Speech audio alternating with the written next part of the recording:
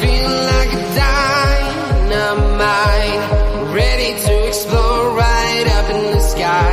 I need you to listen, I need you to hear, and don't show any fear.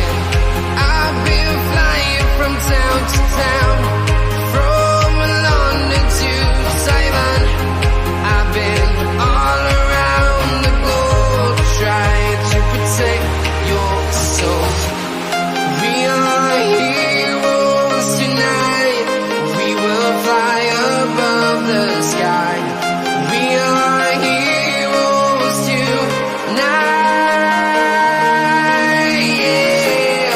We are heroes tonight, we will fly above the sky. We are heroes tonight,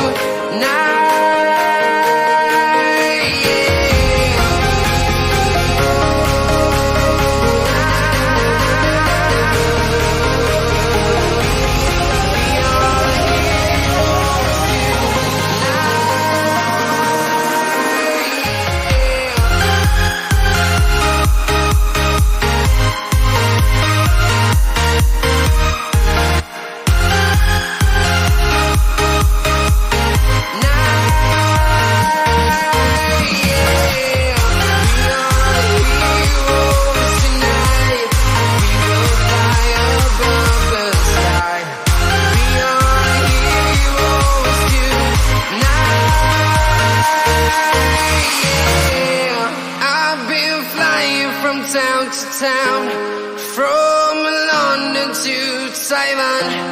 I've been all around the globe, trying to protect your soul.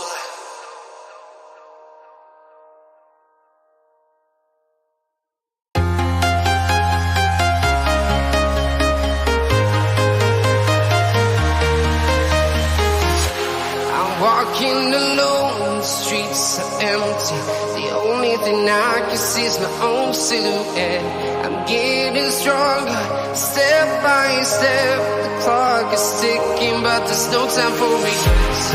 I've been flying from town to town, from London to Taiwan. I've been all around the globe, trying to protect your soul. We are heroes tonight, we will fly above the sky. We are heroes tonight, yeah. We are heroes tonight, we will fly above the sky. We are heroes tonight,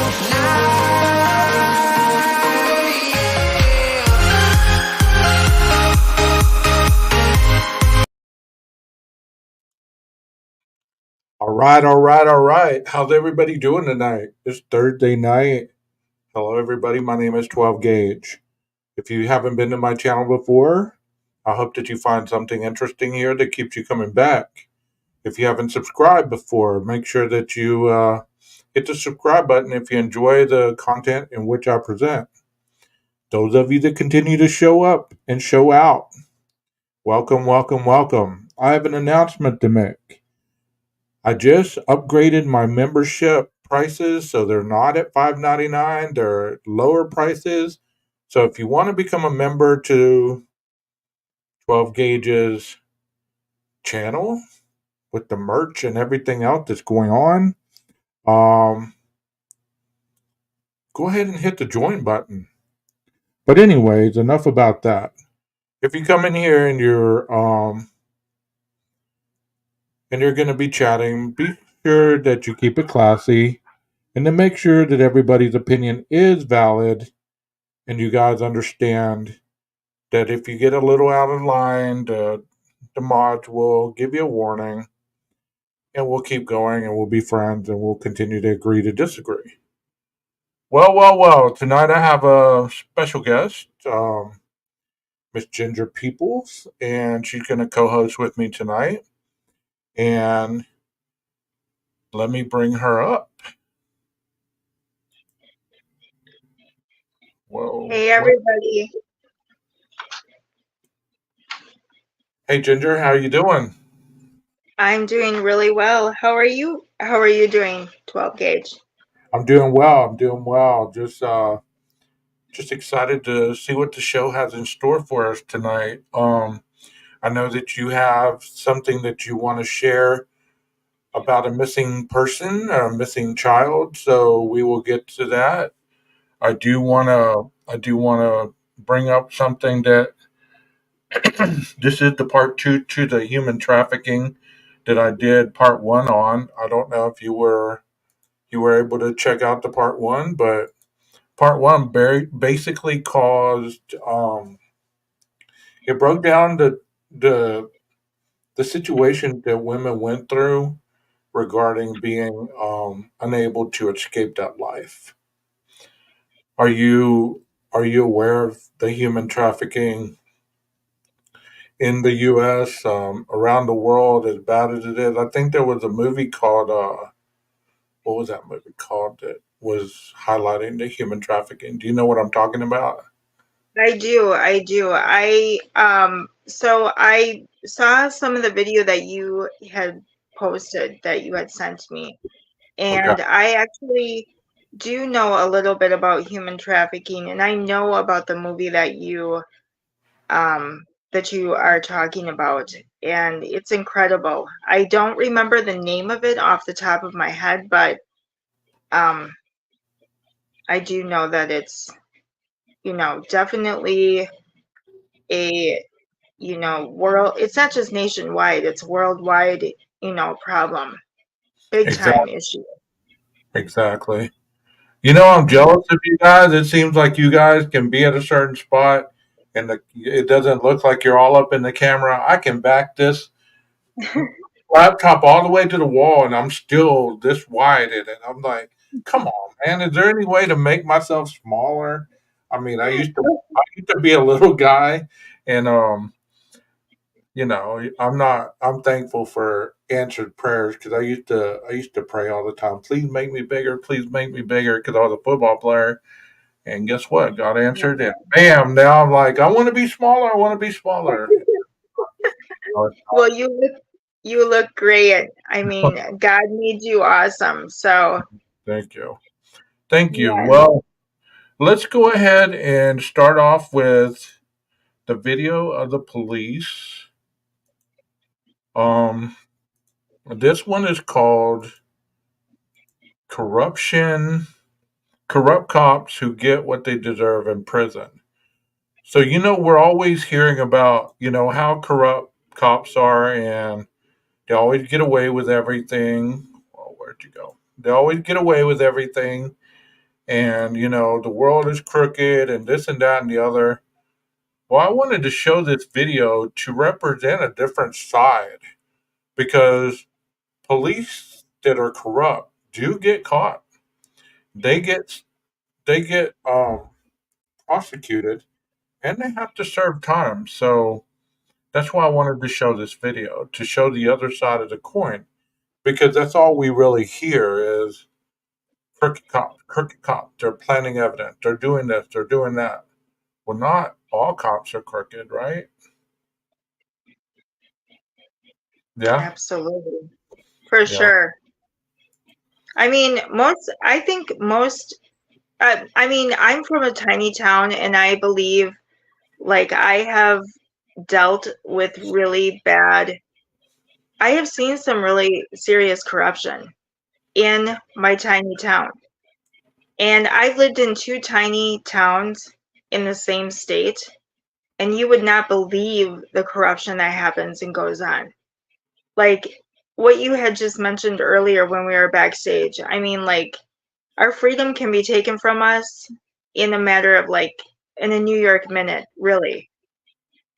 And you have to be so careful of your environment. I truly believe that. Like, who you hang out with, who you associate with, what you do, everything.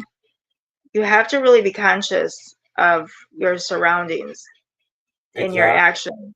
exactly. Well, So, let's take a look at these corrupt ex cops, and see what they went through, because they really abused their power.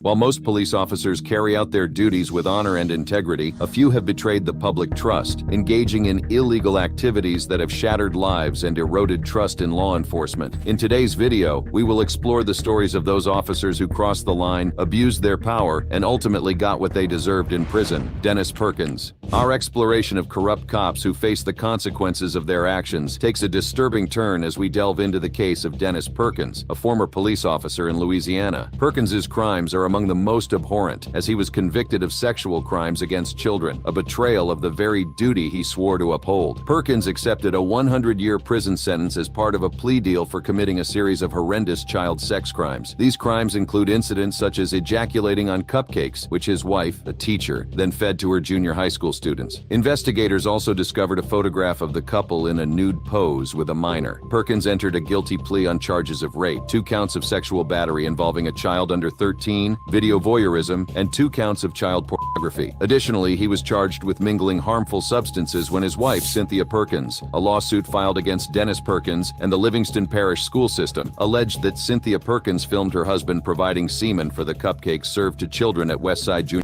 You know, that in itself, the first couple minutes about that, yes, exactly.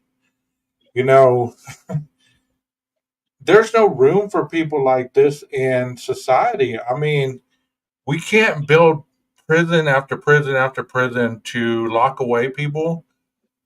There should be a way that human decency comes back into our society. Don't you agree? Absolutely. How It's would you just not know? amazing. How would you not know not to do that to cupcakes? I just think it just takes a certain person, to do something like that. That is not normal behavior whatsoever. That is Yeah, absolutely grotesque. Beyond, that's not acceptable in any way, shape, or form. I mean, it's terrible. It's Yeah. terrible to think about. And they planned it. And he had child pornography on his phones and stuff. Oh my gosh, I know. Yeah. There was a case where I am too, where something like that happened, where a police officer was grooming a young girl who went to school with my daughter. And he would actually pick her up from school, send her messages, in between their, like, they had this relationship going on, and he would send her very disturbing, grotesque, perverted text messages and these videos and these pictures to her, and totally groomed her, and picked her up one day from school, took her to his parents' home, and actually, had relations with this young girl and had intercourse with her. I just thought that was That's just terrible. unbelievable. Yes, Despicable. yes, it is. And it's Junior High everywhere. School. The Yes, it is.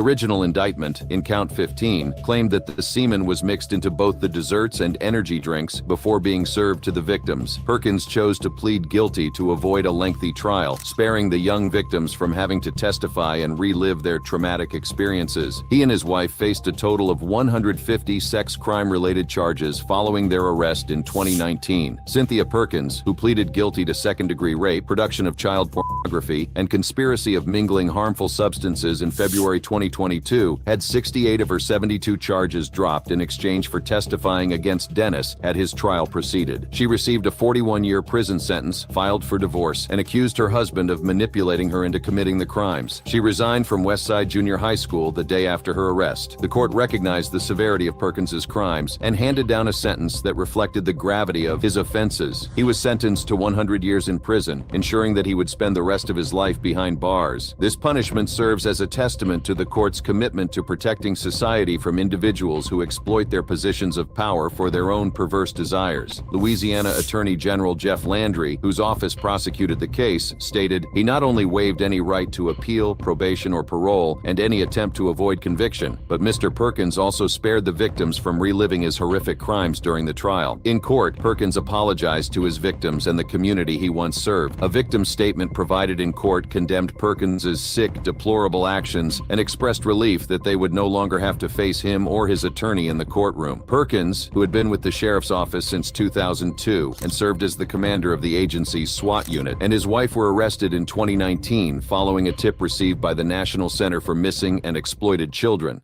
Micheal Dautro. Moving on to our next corrupt cop, we shine a spotlight on Micheal Dautro, a former police officer in Edison, New Jersey. Dautro's story is one of shocking crimes, including arson, conspiracy to commit official misconduct, and stalking. His actions not only violated the law but also betrayed the trust placed in him as a member of law enforcement. Dautro, known for orchestrating retaliation plots against those who crossed him, was sentenced to 20 years in prison for firebombing his supervisor's home. The sentencing includes a 17-year prison term before parole eligibility. I mean, that just goes to show you, you can do background checks, you can fingerprint people, you can do all kinds of stuff. But in reality, do you really ever know who it is that you have around you? He firebombed his supervisor's house. You think his supervisor would have ever thought that this would have been somebody that could have firebombed his house?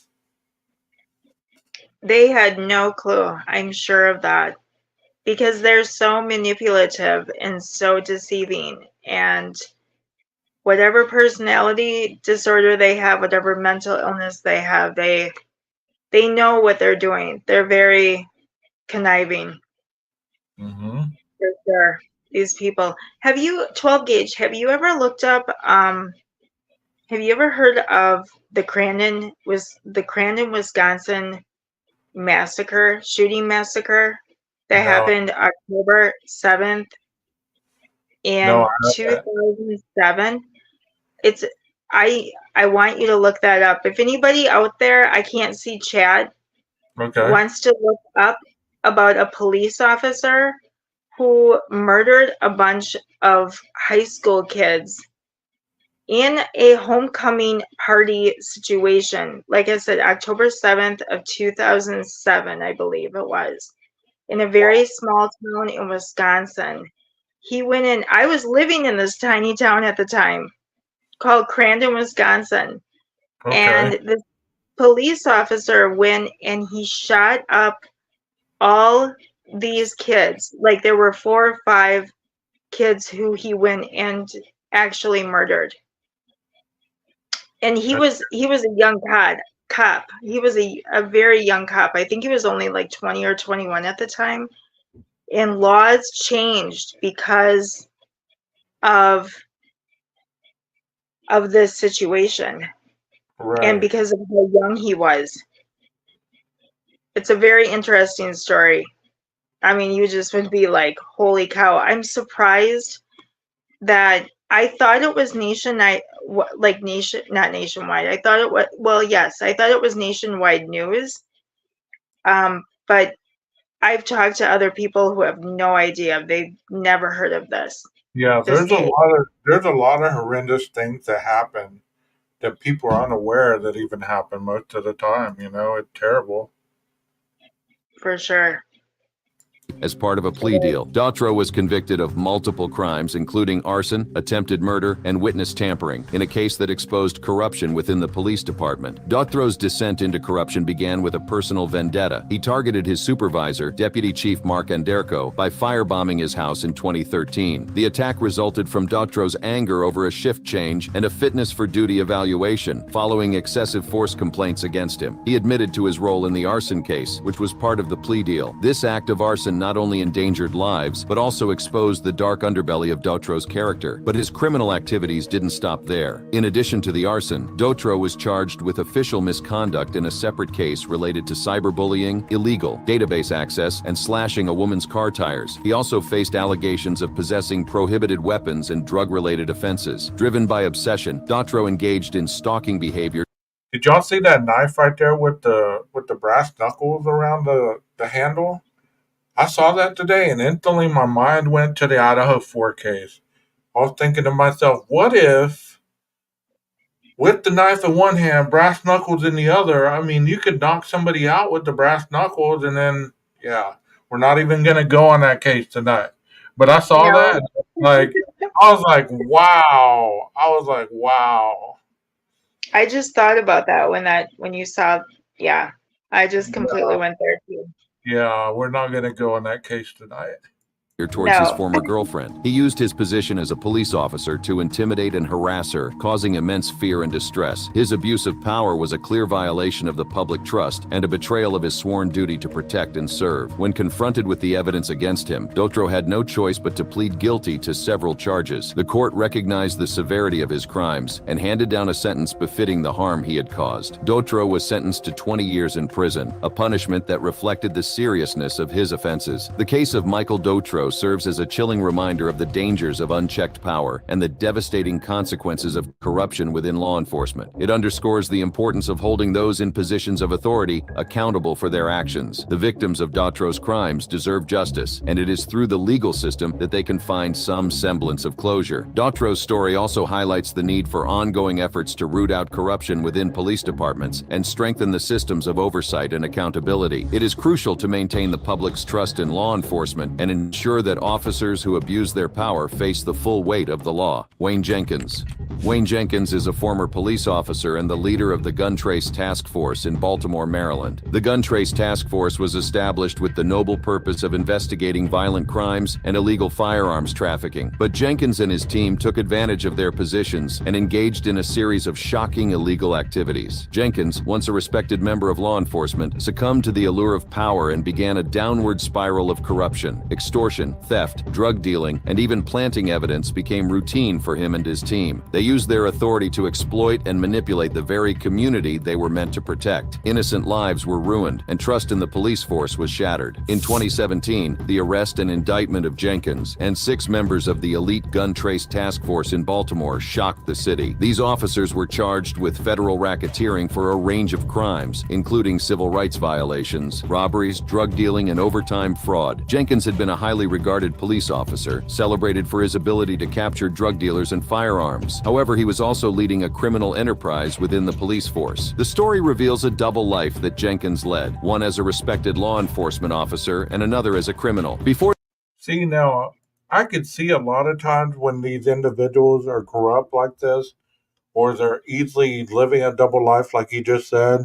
You know, one side of the law, they're busting drug dealers, they're busting into homes that have guns and money and all this stuff, but they're stealing that and they're going and either selling it to other dope dealers or something and getting more money. So it's all about money. So you know, I could see how this could go on with other agencies, but you know, these are huge agencies like Baltimore or some of the bigger cities, not little bitty rural America. But I mean, it could happen there also. Yeah, for sure. It is. It's got to be bigger, larger towns. What did that girl just say? If you don't mind me asking you, she just said something, somebody from chat just said something about something to do with cluster B, Oh, cluster. Leon said, gauge it the cluster B disorders they come from, which is fascinating. Oh, wow. I'm gonna have to, okay. Cluster B disorders. Okay. Yeah, That sounds fascinating. Very interesting. I'll have to look that up. yeah. Look at all that money and look at that product right there. I mean, if you're stealing all that and you're getting it as fast as you can find it like that, it's easy to cross the line. You know, you're the law. Who's gonna step in and stop you? You know. Right. Well, they say the DEA is the biggest cartel. So I I mean, I don't know. I've never heard that, but yeah, I agree with you. true. I'm probably, It's you're probably true. right. Well, here we go. It's For the indictments, Jenkins had faced multiple lawsuits alleging misconduct from 2006 to 2009, with plaintiffs winning in 3 of them. Despite these lawsuits and video evidence from body cameras suggesting wrongdoing, Jenkins was not disciplined by the police department. He was known for making arrests, but often struggled to secure convictions in court. Jenkins began stealing drugs and committing high-stakes robberies while earning a substantial income, partly through overtime fraud. Some of his team members had also been involved in theft prior to joining the gun trace task force. Ultimately, the case of Jenkins and the gun trace task force highlights the consequences of unchecked power and a permissive culture within a police department, which allowed for widespread criminal behavior to persist for years. But justice has a way of catching up, even with those who wear a badge. Jenkins's reign of corruption came to an end when he was finally caught. The evidence against him was overwhelming, leaving no room for escape. In a court of law, he was found guilty of his crimes and sentenced to 25 years in federal prison. The severity of Jenkins's sentence reflects the gravity of his offenses. The court recognized the devastating impact his actions had on the community and the urgent need to hold him accountable. Behind bars, Jenkins would have to face the consequences of his betrayal, surrounded by those he once swore to protect. Len Davis. Len Davis, a former New Orleans police officer born on August 6, 1964, was convicted of conspiring with an assassin to deprive a local resident of their civil rights through murder. In the community, Davis was known as RoboCop due to his imposing size and as the desired terrorist because of his aggressive policing approach. He had a troubled history within the police department, with 6 suspensions and 20 complaints between 1987 and 1992, but notably, he received the department's Medal of Merit in 1993. How can somebody have that much negative in their file and still get a Medal of Merit? Like, it doesn't make sense to me. It's like you reward people for bad behavior, and the ones that are doing right, you just never hear about them. 1994, Davis was exposed in an FBI sting operation for running a protection racket targeting the city's cocaine dealers. He had extorted money from a drug dealer who was working as an FBI informant. 9 other police officers, including 2 who later testified against Davis, were indicted for participating in the criminal conspiracy. An additional 20 New Orleans police officers were implicated in the scheme, but the investigation was halted due to the murder of Kim Groves. Davis faced further convictions on drug-related charges, while the other officers pleaded guilty. Davis's violent actions continued as he beat a young man in New Orleans, mistaking him for a suspect involved in a police officer's shooting. Kim Groves, a 32-year-old local resident and mother of 3, witnessed the assault and filed a complaint with the New Orleans Police Department. Davis was alerted to the complaint by another officer and conspired with a local drug dealer, Paul Hardy, to murder Groves. Hardy carried out the killing on October 14, 1994, just 1 day after Groves filed her complaint. A third individual, Damon Causey, concealed the murder weapon, a 9mm pistol. In 1996, Davis was convicted on 2 federal civil rights charges related to directing Hardy to kill Groves and witness tampering. He initially received a death sentence, but his death sentence was reversed when his witness tampering conviction was invalidated. A subsequent jury once again death on October 27, 2005. He is currently on federal death row and incarcerated in the United States Penitentiary in Terre Haute, Indiana. Paul Hardy, convicted of conspiracy to violate Groves' civil rights and witness tampering, initially received a death sentence, but had his sentence commuted to life imprisonment in 2011 after being deemed intellectually disabled. Damon Causey, convicted of federal conspiracy charges and violating Groves' civil rights, received a life sentence after rejecting a plea bargain that would have resulted in 6 to 9 years in prison. In 2018, the city of New Orleans settled a lawsuit with Groves' 3 children for $1.5 million. In October 2022, 3 men wrongfully convicted of murder based on false testimony from Davis were released after 28 years of incarceration. Davis was also implicated in that murder. In December 2022, another man was released from prison after more than 30 years, having been wrongfully convicted based on false testimony from Davis. Antoinette Frank.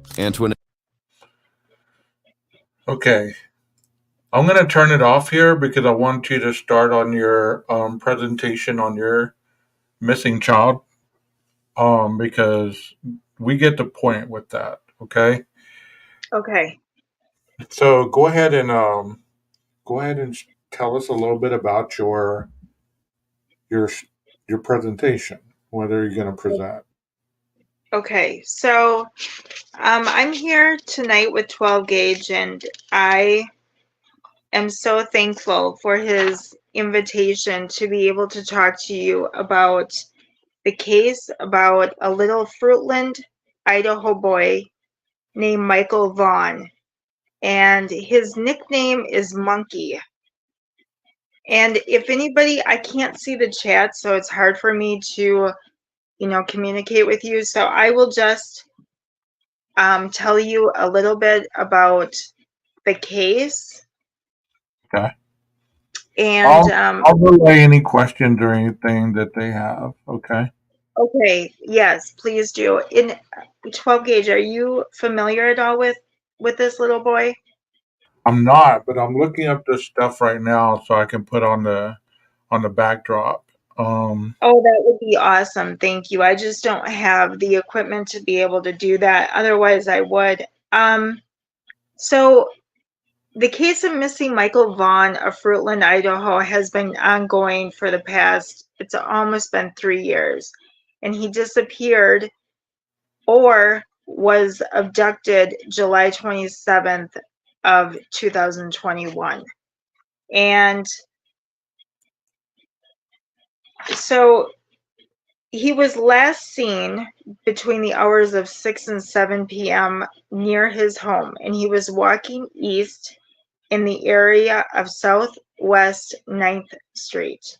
He was wearing a blue Minecraft t-shirt and blue boxer style shorts with flip-flops. And his mother, Brandy Neal, whom I actually would love to be able to interview her like someday or one day. Mm-hmm. She had just bought him these pair of flip-flops. He was 5 years old. He's 8 years old right now. And he is the cutest little blonde hair, blue-eyed boy. And the story is that his mom was getting ready to go to work. And she had just got this new job. She's a butcher. And I'm not sure exactly where she's a butcher, but she had been working like 8 days in a row. And she's got four kids at home. And she has her husband Tyler at home, and he's watching these children. The ages are, I believe, 15, 12, 5, and 2, and Micheal being 5 at the time. And so he stayed home and was watching these kids while she went to work. And she explained that she was just exhausted and she was ready for a day off that was coming up within the week. So she went to work, excuse me, pardon me. She went to work and she got a phone call. She received a phone call from Tyler and her husband. And he explained to her that he could not find their son. And she's like, well, go and check, underneath the bed, go and look, because his name, Monkey, I guess, from what I've read and what I understand, he was a climber since day one. He got into a lot of stuff. He was very curious. He was a curious little boy, and he was so kind and always just curious, always into stuff. So her husband, began to panic because he's like, no, Brandy, I can't find him. I can't locate him.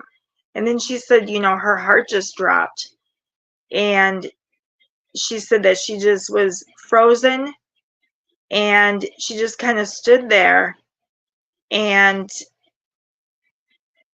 eventually one of her coworkers had said, go home and go find, your son. So she left. She said that she can't really remember. She couldn't remember driving home. And the first place, what I found really interesting, the first place that she went to actually go look, which to me is like mother's instinct, is she went to this splash pad park that is near their home. That was the very first place that she drove to, that she went to, and there was somebody in the park, and she had asked them if, hey, have you seen my son? Have you seen this little boy? And I think it was a woman that she had talked to, and the woman said, no, I don't know where your son is. I haven't seen him. And then she had noticed when she had went back home, down the neighborhood, down the block, there were police cars everywhere by the time she had gotten home. And like I said, he's been missing for 3 years.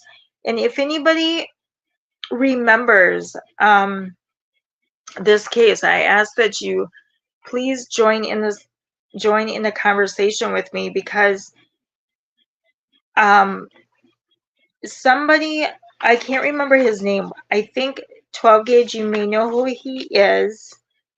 He's is it JLR? Yeah. J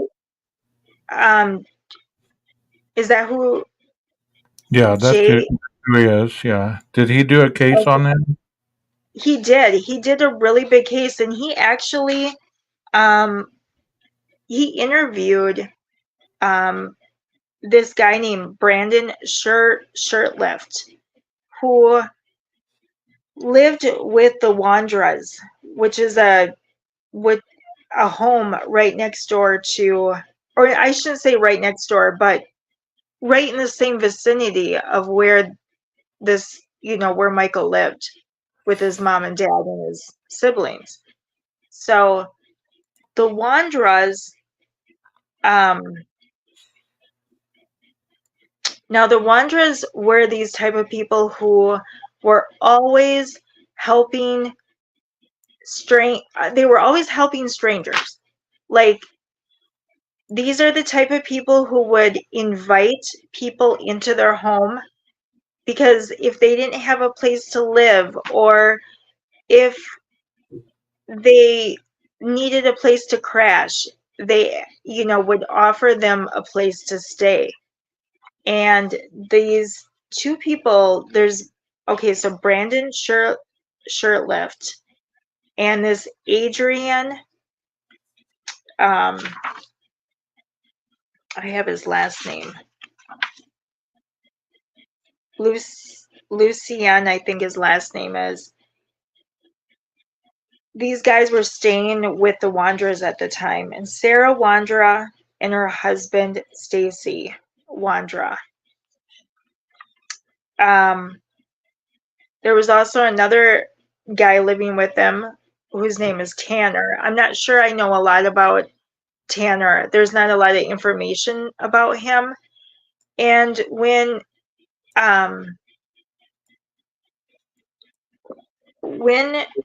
This is the area right here. This is the area that the flyer said he went missing. Here's oh Arizona. wow, Here's Arizona Street, and here's Ninth Street. yeah, So he must have lived down this way somewhere. But look at the end of the street. There's nothing there but a field. I don't know if yeah, this is some kind of like, I don't know how tall this grows or whether it was grown up or whatever when he went missing, but there's nothing here. Like, it just fields. I And this know. is October 2022, so this was after he went missing. That is So after, yes. so if you There go was down, a lot of, oh, I'm sorry, go ahead. go ahead. Well, I was going to say there's a lot of farm field and a lot of like irrigation, and a lot of like canals that lead into the farmland, irrigation systems. And so that's a beautiful picture, because What is that's that? exactly where Is that he cotton? was. Oh, well, it looks like snow, doesn't it? But Yeah, it's but not, is it? no, there's a tractor right there and they're harvesting it. Whatever. Where's Paula at? Are you in the chat, Paula? What is that white stuff? You're That from cannot be snow. Idaho. You're from Idaho. What is that white stuff? Anybody know? I know it's not Is it? snow. There's tractors harvesting, it looks like. Oh yeah, that can't be snow. I mean, it can be, but I wouldn't think so. I mean, see, there's the tractor, and then it goes from that to this. I hate when Google does that. Right. What the heck? That is crazy. Like if you can see on the ground, there's really, like you said, there's just fields. Like there's There are a fields everywhere. Yes. see, there's what is that? That looks like a gas tank. Like a It's gas a, can? it's a die. It's a Oh, die. what is? Oh, You know, really? yeah, that's what they call just one dice, a die. See, because it has one, two, three, four, one, one, two, three. It's like a kid's Oh, toy. yeah. That is weird. I don't know why it's there, but probably the kids live over here. Yeah. But I wonder if this is the house because they have the tree kind of, Oh, yeah. what they've been doing with the houses that they don't want people to creep on their houses. They've been To like black out. blurring them out. They blurred him out. That is interesting. He was Because so what? this is Ninth Street right here, and it said That's nice. Ninth Street in Arizona, and that's right here. So it could have been either one of these houses. Oh, sure enough. Street. So I think he lived at um That just trips me out right there. that is really creepy, actually. Um, I mean, if I was a little kid, I'd be playing on these hell bells. right? Yeah, he Yeah, was 5. He got into everything. He was walking he went east in missing the there. He yeah. went missing there. Yeah. He was walking east in the area of Southwest 9th Street. Okay. So So where is that exactly? this is South Arizona, and this is Southwest Ninth Street. Oh yeah, okay. So maybe He was he you're was right. walking. He was walking this way He was walking east. Yes. because there's South Arizona. So Okay. I mean, I know if I was a little kid, I'd want to go play in the fields or whatever. You know what I mean? And seeing that dice right there, maybe there was little kids that he played with over here. You know, I Well, mean, you know what? seeing that Yeah, right there just confirmed to me that there's little kids somewhere in the area. Seeing that for right, sure. I wouldn't think an adult would put that right there. But Right. look at the landscape. There's nothing for miles. It looks like. See, even once you cross the field, there's nothing. Yeah. There's a park, a splash pad that's about a block away from their house. Okay, And let me see his if I can. mother was okay, cool. Thank you. What that say? HOW. Howdy. Howdy. See, they have little pumpkins. Oh yeah. Maybe it was that house because you're right, it is blurred. A block away from their house, so that would have been this way. You think he was heading to the splash pad? When did he go Well, missing?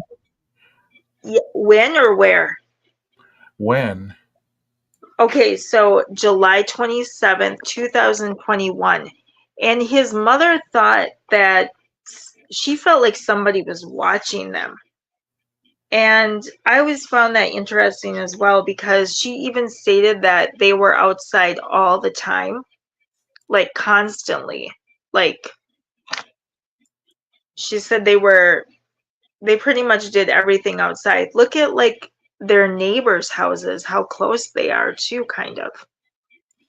See, it's messed up because it goes from wintertime to like this time. Oh, See, there's a road right there that goes into the field, and then here's Ninth Gate. Let me go down. Let me go down this way. Maybe you can see okay. the splash pad better this way. I don't see a park. See, Yeah, I don't remember. there's nothing but like houses around here. See, everything goes to the. This is like a. If you look on the map, it's like a. It's this right here. This little area Wow. right Yeah. there. It's very little. Okay, there's the park right there.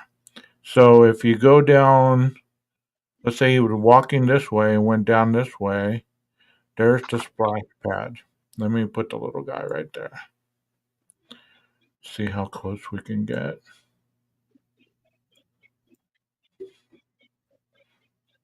There's the park. So I guess this is where the splash pad area would be. Maybe around there somewhere. Go ahead and continue. I have a phone call. Okay. Let me be right back. So, okay. So his mom had said, like I said, his mother had said um, that she first initially drove to the splash pad.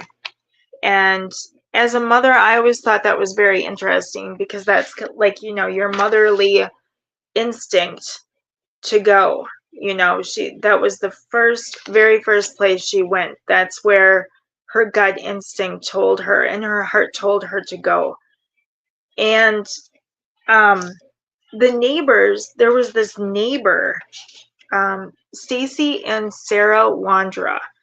Now, police somehow got information, and I'm not sure how this is because I don't think it's actually that the information was let out to the public, but police somehow got information from somebody inside the Wander residence stating that Micheal had actually been at that home at some time and had actually died, and somebody had buried him on the property. So whoever released that information to the police, like I had stated, there were multiple people who had lived with the Wanderers, strangers, people who, there was even some homeless guy that was living with them that I thought, wow, that was really strange. So these people are trying to help other people.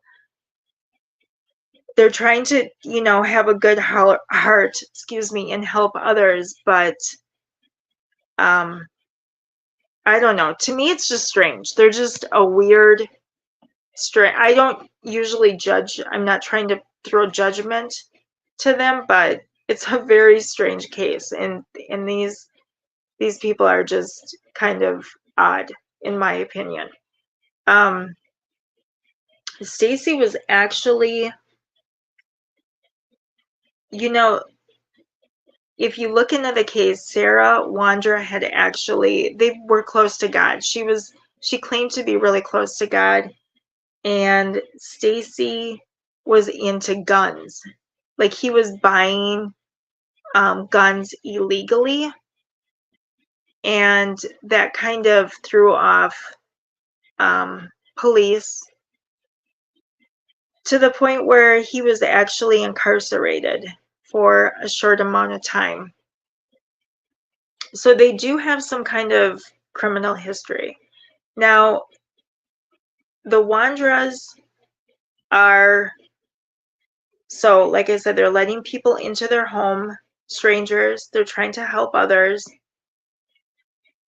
this information that came about Micheal being on their property and actually buried. The police come out, they start digging, they do not find anything on these people's property. They bring in, whether or not they bring in canine dogs or cadaver dogs, that I'm not sure. I can't remember what it said. I'm kind of just, I don't have a lot of my notes at the moment, but so they bring in the dogs, and the dogs figure, or the dogs smell, human remains. So I'm assuming they are cadaver dogs.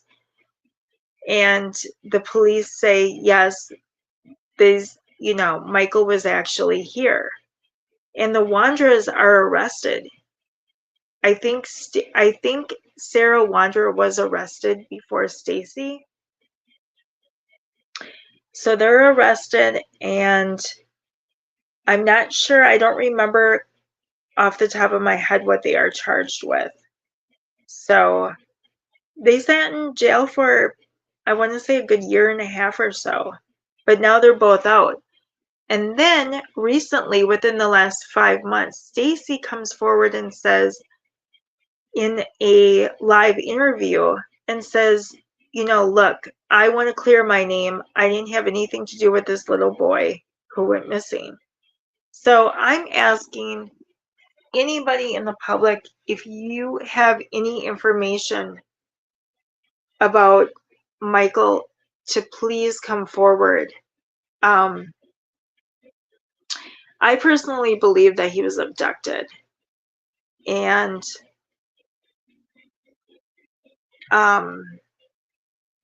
those are just that's just my thoughts and feelings on the case from what I've investigated previously on the case. I feel, I'm not sure if the Wanderers, have anything to do with it. I'm not sure if this Brandon guy has anything to do with it, or this Adrian guy, or anybody else who may have been in that home. But police definitely believe that, they have even stated that they actually know that they were involved. So whatever information they have, I have no idea. Why they're not in jail anymore, no clue. Again, I can't see the chat, so it's hard for me to communicate with you. I wish I could. I wish I could talk to you guys. But it's a very interesting case. So I hope you guys look this up, and if anybody out there has information, I'm going to give you a 1-800 number.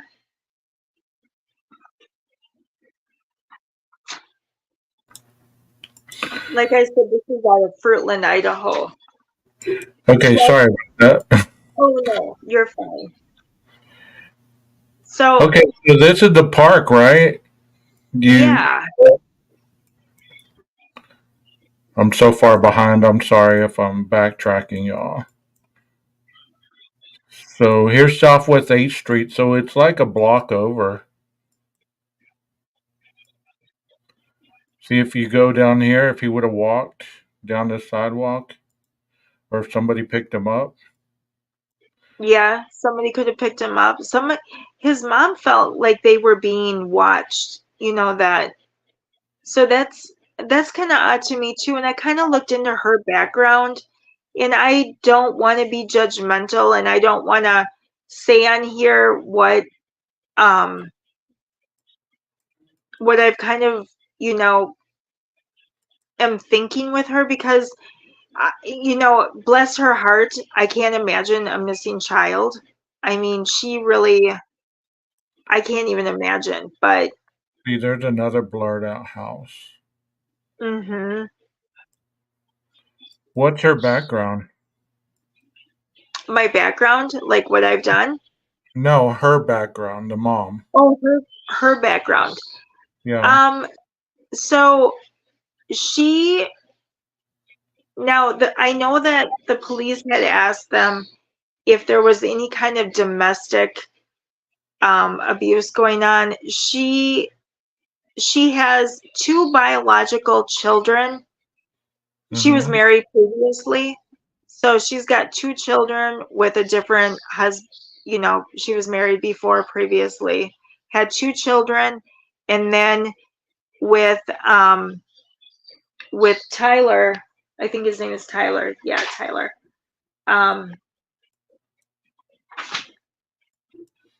She had Micheal and another child. But you know, when you go into like Reddit and things like that, and you like start looking at rumors, because this is a tiny town, and Yeah. there were a lot of rumors. There were a lot of like things that people were saying that they were in the bar a lot, that they, you know, lived, you know, a dangerous lifestyle. So I don't want to say that for sure because I don't know. And like I say, that's completely rumor. Um, I mean, because this is, if he lived on this part of the Ninth Street, okay, Southwest Ninth, if he lived in any of these houses, it would have been easier for him to walk this way and then down this street, all the way yeah, to the end of the street, and then walk down that sidewalk if he was going to the splash pad. Because there's the park right there. See how quick you get there? yeah, he would get there really quick. But I mean, if he kept walking, because sometimes kids they want to go to a store or something, but I don't see any stores. It's just a neighborhood over here. You There's know, not. they're, I don't mean to keep interrupting you. I'm sorry. You're fine. You're fine. Um, there was, I guess what somebody had said is that he went to a couple neighbors' house, you know, homes, and actually knocked on their door to look for other kids to play with. But I kind of wondered about that too because um they said that he went to like 3 houses, and one of the neighbors were kind of sketchy, like they didn't really want anything to do with the case. They didn't really come out and really give, you know, a lot of specific information. So, you know, I always wondered, well, why didn't the neighbor, you'd think if a little boy knocks on your door, you know, like, are you really going to close the door on that little child? I would be like, where's your mother? Like, where do your parents live? Like, let me help you get back home. There's no way I would just let some child walk away. How old was he? He was only 5. Oh wow, so he was a little guy. He's See, I don't young. know. He's I only, don't know why they blur out trees. I don't get that. well, what I was telling everybody in chat is the Wandras were investigated, and they were eventually arrested because there had been, I believe, cadaver dogs on their property, and they, the police speculated that there were human remains that were buried there, and then they were eventually moved. That's what Where do they live at? the Wanderers live diagonally, I believe, from where um, Micheal lives, and I don't have the specific address. At one time, I believe I did. Um, Well, we can and then I revisit. had, yeah, we should definitely do that because if you go onto, I had to get the information off of Zillow, so Yeah. I went on there and I kind of looked up, you know, public information and found the house, but I don't remember what the address was specifically. And the Wanderers too were None of these within the houses, vicinity. other than the one I just showed a while ago, looks run down or anything. I mean, none of them really look like they'd be sus. They look like they keep their lawns mowed. They don't have a lot of. See, this one right here is kind of. They got a lot of stuff. Oh yeah. In these Wandras where like Sarah was a she was a Uber driver and Stacy was a taxi driver. And I actually was wondering, did somebody accidentally run this little boy over? And then, you know, they covered up their tracks and they buried him, and then they moved him because they were scared out of their minds. I don't You know, know. you just I know. I mean, that was one of the a lot of people have speculated on that. I thought about that, but See, like I'm this not home sure. right here, it looked kind of trashy in the back, but it looked like deer antlers. I mean, to a little kid, if you're walking by this would be appealing to you, wouldn't you think? Oh yeah, for sure. You know, I'm not saying this is the house or anything like that, but based on what that missing person flyer says, it says Southwest 9th Street in Arizona. So I would say right here in this area was the last time he was seen. So was he seen going this way? Because it's only a block up and then down, all the way down, and there's the park. So if he was Is walking from this way and then made a left and then went all the way down to the park, makes sense. I mean, that, that does make excuse me, that does make sense. That he would have turned left. But why didn't the neighbor, like try to if you see a 5-year-old walking around your neighborhood, and a 5-year-old comes to your house, I'm just curious, what would you do? come on, dude, what were you doing that day when that Oh, girl was walking around? Huh. right. What were you doing? I was like, they blurred out his shoes, but I know why they blurred that area out, the license plate. But Well, see, you that's know, so weird. it is weird. It is weird that you just don't know. No, that's the thing. You don't know. Like, you want to trust your neighbors, you want to be like, yeah, my neighbors are really cool people and I trust them, with everything. I don't even know my neighbors. I'll be honest. I don't I know one neighbor and I live in a tiny town and we're really close together. So, yeah. That looks It's like a shovel right there. I mean, so if you take a I'm look, not trying to convict or even accuse these neighbors, but it's just an interesting phenomenon because this is the area right here where that flyer said he was going. yeah.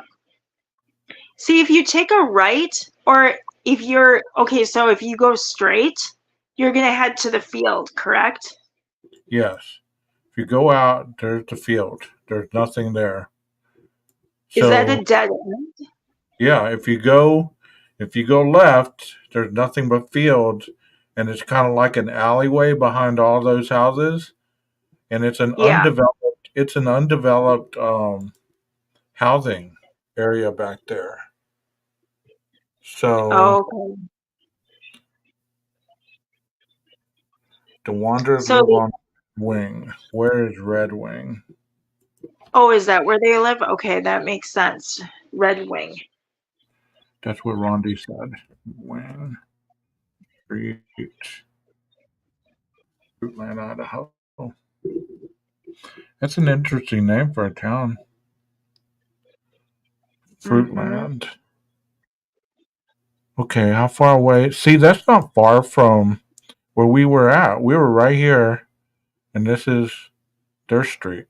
So it would be, see, it's cornered off by houses. Let me take you over there. See what I mean? We were right here. See, you can see nothing but farmland. This is where we were. This is where I was. And They live on this street, Red Wing. And here's the splash pad. So, I mean, how would he get over there? Okay, you go down this way, around here, and then around there. And there's those houses. I mean, if you really want to find something out, you're going to find it out. Like, people are like, well, you're doxing me or this and that and the other. You can find stuff out. Like, Well, for sure.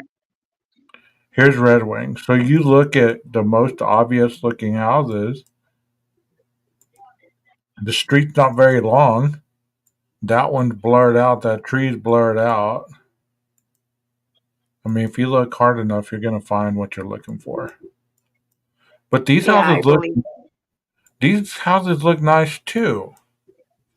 These were the Uber drivers. Yeah, they were Uber. She was an Uber driver and he was a taxi driver. And they, according to Brandon, who was living with them, in helping them pay bills and stuff, they were just getting by. They were just basically hustling for cash, for money. And they both had criminal, well, I know Stacy had criminal background. I shouldn't say both, but he did for sure. So that Wow. kind of surprises me, but that's not their house. It may be their house, but it isn't owned by them. Right. So They're I had, probably renting it or something. yes, Because these or these are some yeah, huge, nice houses. I could see yeah, where these are nice. those are really nice homes. Like seriously. Yeah. You know, it could be any of these houses. I Well, could they see said that. where they'd barely be getting by. I'd see that. Did one of your moderators tell you the address? No, she just said Red Wing, or I don't know what neighbors you. Sarah's address. Oh, 1102 Red Wing. Yes, she did. Thank you. I just passed Okay. that. I just passed that house. Oh, you did? Yeah, it's right. Hold on. This is Meadows. This is Red Wing. No, that's Mallard. Okay, 1102 is. There's 1108. So this be probably 1106, right? Yeah. Is that 11 right? 1100. So, and this is 1108 or 1008. So that'd be 1100. That's 1100. There's 1102 right there. Bingo. And that's where they lived? Oh no, 1106. It's 1106. Oh no, was it? Oh, 11, was it 1102? yeah, 1102 Red Wing. This What is the it. heck? That's the house? Yeah. Oh yes, and that is Sarah's Toyota. Okay, so if you go around that house, that's a nice home actually. See, I don't see an Uber tag or anything like that. A Corolla. Yeah, that's a Toyota. 1102. She had it. Yeah, she drove a Toyota. If you go around the back of that house, can you do that? Okay, there's the fence.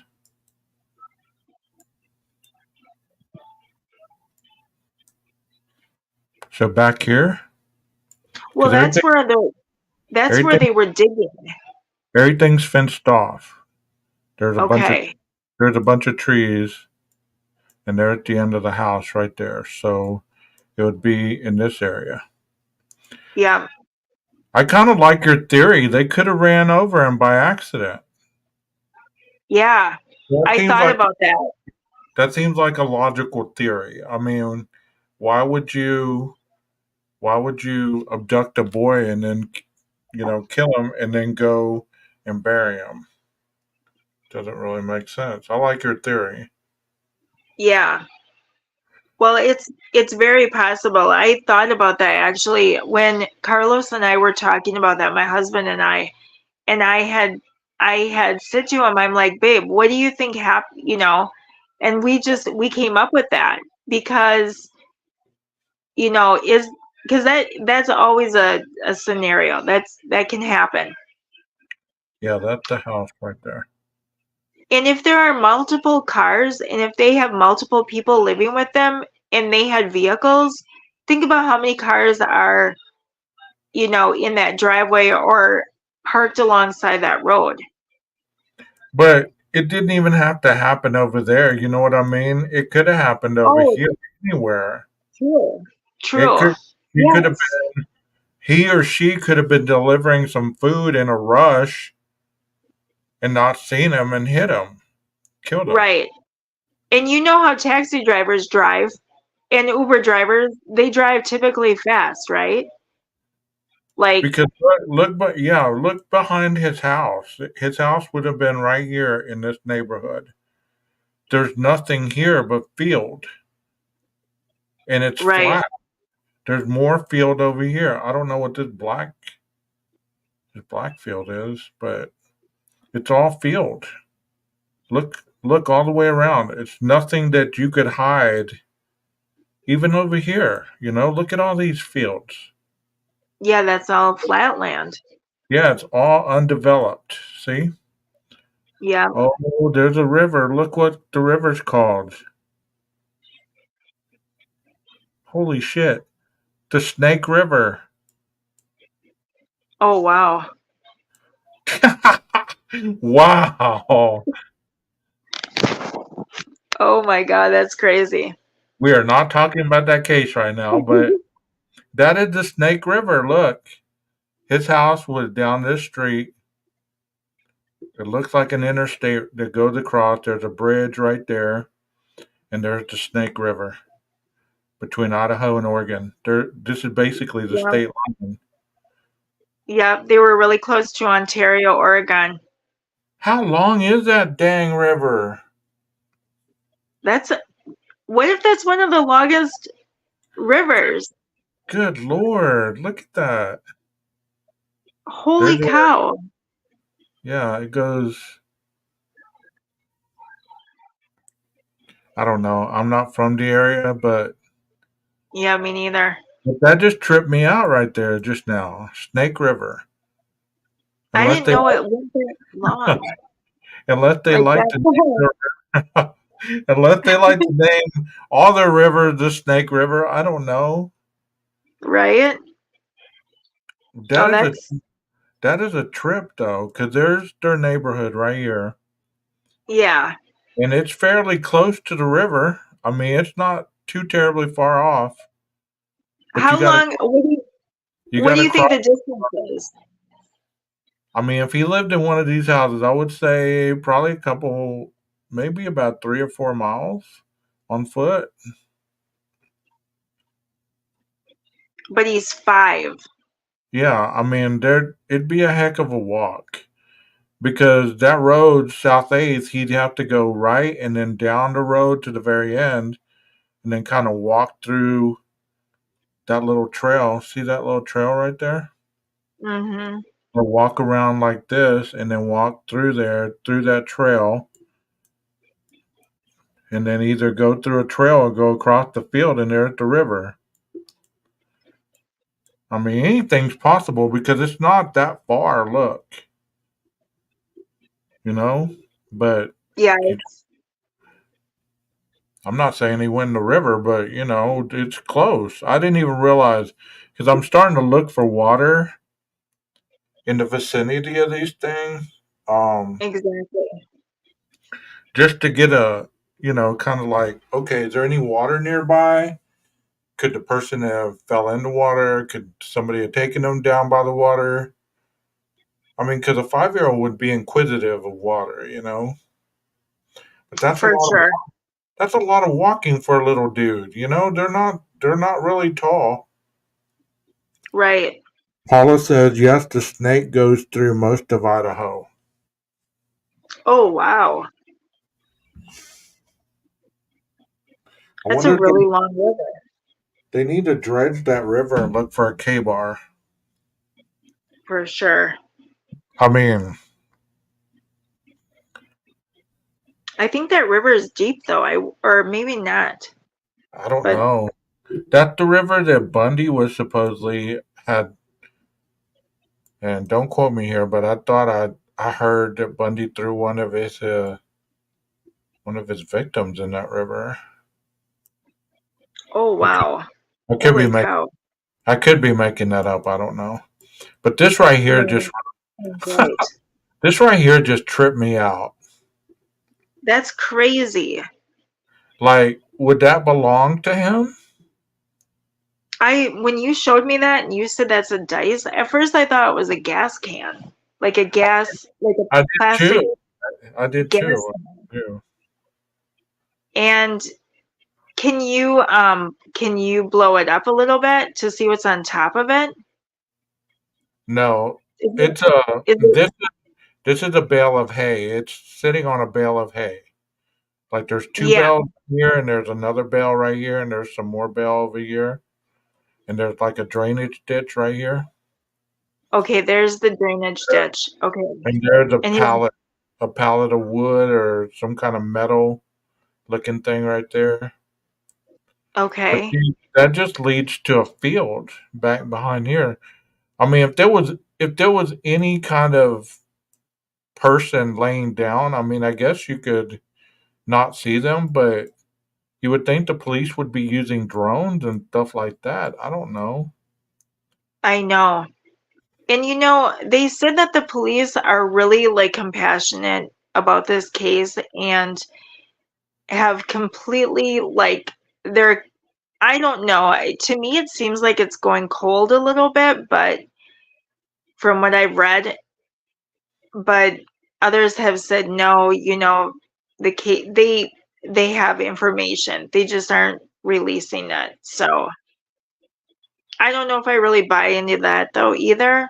And the Wanderers story is kind of iffy to me. I mean, they brought a lot of people into their home. I mean, lots of strangers and but still, I mean, who it could be really anybody. I still think somebody at the park maybe. What's his name again? Michael Joseph Vaughn.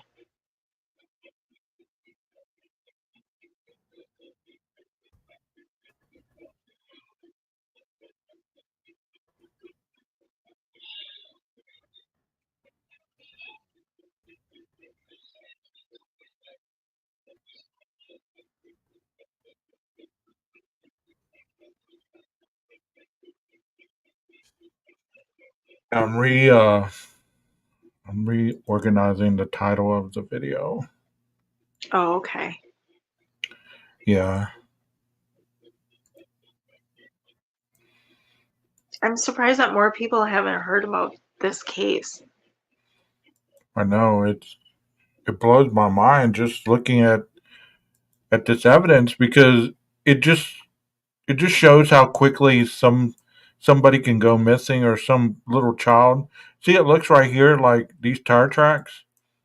They look like a tractor. Like this is where a tractor goes in and starts doing what they do. You know what I mean? Yeah, See these little scrapes. So this is where a tractor would go in, and this is like a farm road that would lead to one of these houses. And this is I mean, both of those houses, that one house over there on Red Wing was at the end of the road. So it would be easy just to park along the street and it had a white fence. You could just, I mean, if you did do something nefarious and you put somebody in a duffel bag or something, you could just throw it over the fence. Nobody would be the wiser. yeah, Because a 5-year-old wouldn't weigh very much. right, exactly. They said that there's a white Honda Pilot that is in question, that they noticed on somebody's their camera, their Ring camera, and that was parked near the park at the time. There's also a video of a man walking who needs to be questioned and who Mm-hmm. hasn't come forward. And the person who owns this Honda Pilot, I believe the years were 2012 to 2013. I want to say, or maybe not. Maybe that's not the year. Let me think. Let me think. That's a really Um, that's a really manicured house right there. I just trip out how this neighborhood is so meticulous. Like everybody's lawn is cut. yeah, I know when I looked at this back in 2021 too, but it looks like the Google, like it changed. Like they must do, the imaging must change Yeah. periodically. So the Uber, was it like an Uber Eats, or was it like a Uber, like they would go and pick you up and take you like to Walmart or somewhere you needed to go? Would it be something like that, or would they be dropping off food? No, I don't think it was like a DoorDash.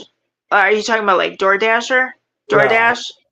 because Uber has Uber Eats, and they drop off food and stuff like that. So I didn't know if it was anything like that. Oh, okay. See, no, I did not know that. Um, no, I believe it was, the what you had mentioned about, picking somebody up if they have to go to a certain location, Okay. drop them off, similar to a taxi Well, that makes service. that makes sense if the other person was a taxi driver. They probably were doing the Yes. same thing. But I don't Yep. see. I mean, I would see the child. When I look at these cases, I try to put myself in the mind or in the visual of a child. So if Yes. I was gonna go to the park, first of all, would a 5-year-old know which direction to go, or would the 5-year-old go the longest way possible? The longest way possible would be down that way, down, and then back up. And they said he was last seen over here in this area, right here. So Right. what was he doing over here if he was going to the splash pad? Why was he over here? Well, like I had said, he was going around looking for, friends to play with at his neighbor's house, people's Yeah. houses. So if he was randomly going up to these people's homes and asking if somebody could come and play with them, and he may have actually just ran into a very bad person, and Right. knocked on somebody's door who was, who had, ulterior motives, and somebody who was criminally minded and who Because abducted him. none of these houses really look like they'd have little kids. I Most of them noticed look that. like most of them look like they'd be having either, little kids. You usually see toys, swings, or they could be in the backyard, but usually there's toys or bikes or something. Yeah, I noticed that for And I sure. don't There is nothing. see, this would look like an elderly person's yard. You got the Yes, birdhouse, you got they tend to like put all their flowers together like that. And if you're not elderly and you do that, I'm not I'm not judging. No judgment zone here. Um exactly. See, like, I just don't see any bicycles. I don't see any basketball goals or nothing that would signify that little kids live here. I I mean, know. That, like I said, it could be in that, the backyard, but yes. That's why I'm just like, I'm very skeptical of when the story came about, when they said that these neighbors came forward and said that this little boy knocked on their door, because I'm just like, as a mom, if I saw a 5-year-old boy, I would just, There's bring there's him the back car. home. There's the car right there. Oh, there's a car. Yeah. You That, know what I'm talking about? no, which That's car are you the talking that's the about? car. That's the Oh, car that's right there by the gas station, going by the. sure enough. What kind of car is that actually? It looks like a Ford Focus. Okay. Maybe. I'm just messing. Ah, I'm just messing with you. Every white car I see, I'm just like, what kind of car is that? Every yes. white car, white sedan. See, because at the other end of the street, there's a house. There's a Honda Civic. See, Okay. there's a house at the end of the street, so it's kind of like a dead end, and then to the right, you go to the field again. So this Oh yeah. street has a dead end on both ends of the street. And see, you can't even get to the park on this end of the street. There's a house. Right. So you'd literally have to take a left on one of these side streets. This would be the furthest one down closest to the park. If he lived down here, could have walked down, ringing on people's doorbells, and then ended up walking down this street because they're not very far. And then get Yeah. to the street. This is Washington, and then the splash pad is right here. But like you notice how it just went from spring to winter, or from Yeah, summer to winter? That is yeah, crazy. That is nuts, because um I saw a picture of the splash pad in the summer, and it looks totally different. So it's hard for me to even put my mind in this case with it being, snowing, because they happen in the yeah. summertime. So, I mean, looking around at the houses, it looks like this is the only one that has a clear view. This one has a clear view, but it looks like these people like their privacy. Their fences are pretty high up, and there's some good privacy fences. If you were up here on this balcony, you could see down here. You could see yeah, kids walking around. But look, there's a trail. Yes. I just noticed that. Yes, there's a trail. Where does the trail go? I wonder. Okay. It goes into a neighborhood right here. See? It goes around like this into a neighborhood. Let's see how far that is. See, that's not that far to Red Wing, but it's still a distance. I mean, That is this park is closer to this street than it is over here. So there'd be no reason for him to be ending up over here unless they picked him up. right. Yeah, I mean, also, what if they picked him up? What if they picked him up and he started screaming and crying and yelling, and they freaked out and they did something to him to shut him up because they were, you know, not wanting to draw attention to themselves because all they were doing was trying to be good Samaritans and, you know, yes, that's a possibility. That's a very good possibility, actually. I never thought about that. That they may have like wanted to drop him back off at home, and then he was just screaming and yeah, because I mean, if you were with strangers, you wouldn't naturally be calm. Hey Kay, how are yeah, you doing? This case is his name is Michael Vaughn and he's 5 years old out of what the town again? Fruitland, Idaho. Fruitland, Idaho. And he went missing from that Southwest 9th Street that I was showing on the map. Let me see. Right here. In this street right here, Arizona Avenue. Yeah. How did the splash pad get brought up into it again? Well, because his mother actually drove there from work. That was the very first place that she went to. And police saw video cam. There must be some kind of camera footage in or near the park, or you know, on the premises of the park, showing where this man was walking. And they want to question him, so he hasn't even come forward. Right. So So yeah, this little boy went missing. Um, what was it? He went missing in 2019. no, July 27th of 2021. Okay, July 27th, 2021. And there's, his dad was watching him, right? The mom was Yes, watching. she was working. She was a butcher. She was working. And the little boy snuck out, or what? So What did the dad say?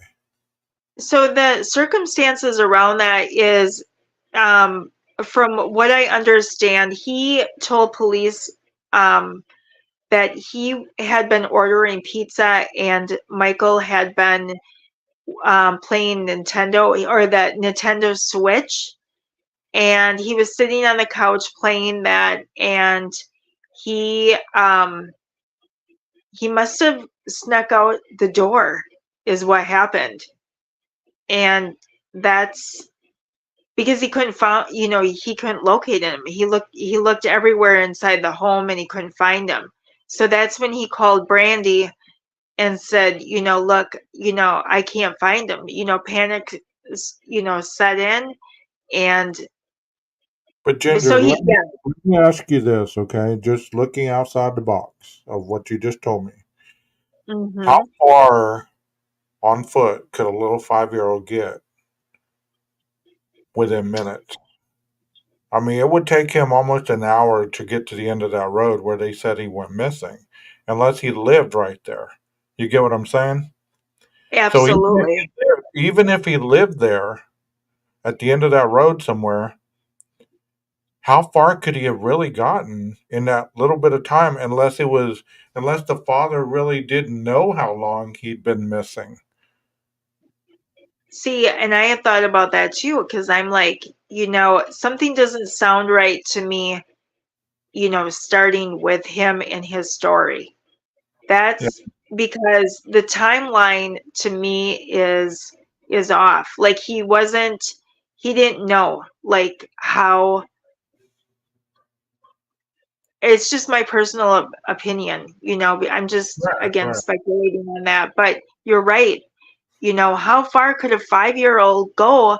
Although, I mean, what do you think? I don't think he could I have. don't. I mean, I don't think he might have got.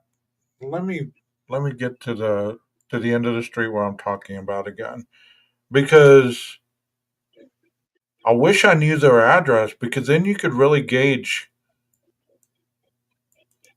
that distance. Like Yeah.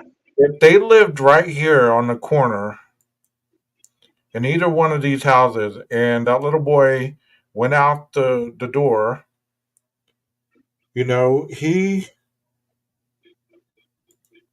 would have either went this way or went across the yard, whatever.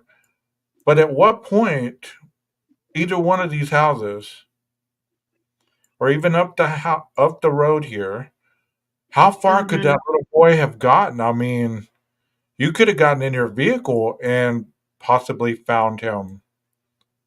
Yeah, Why did you stay, exactly. why did you stay in the house and call the mom? Why didn't you go out, get in your vehicle, and start slowly canvassing the area?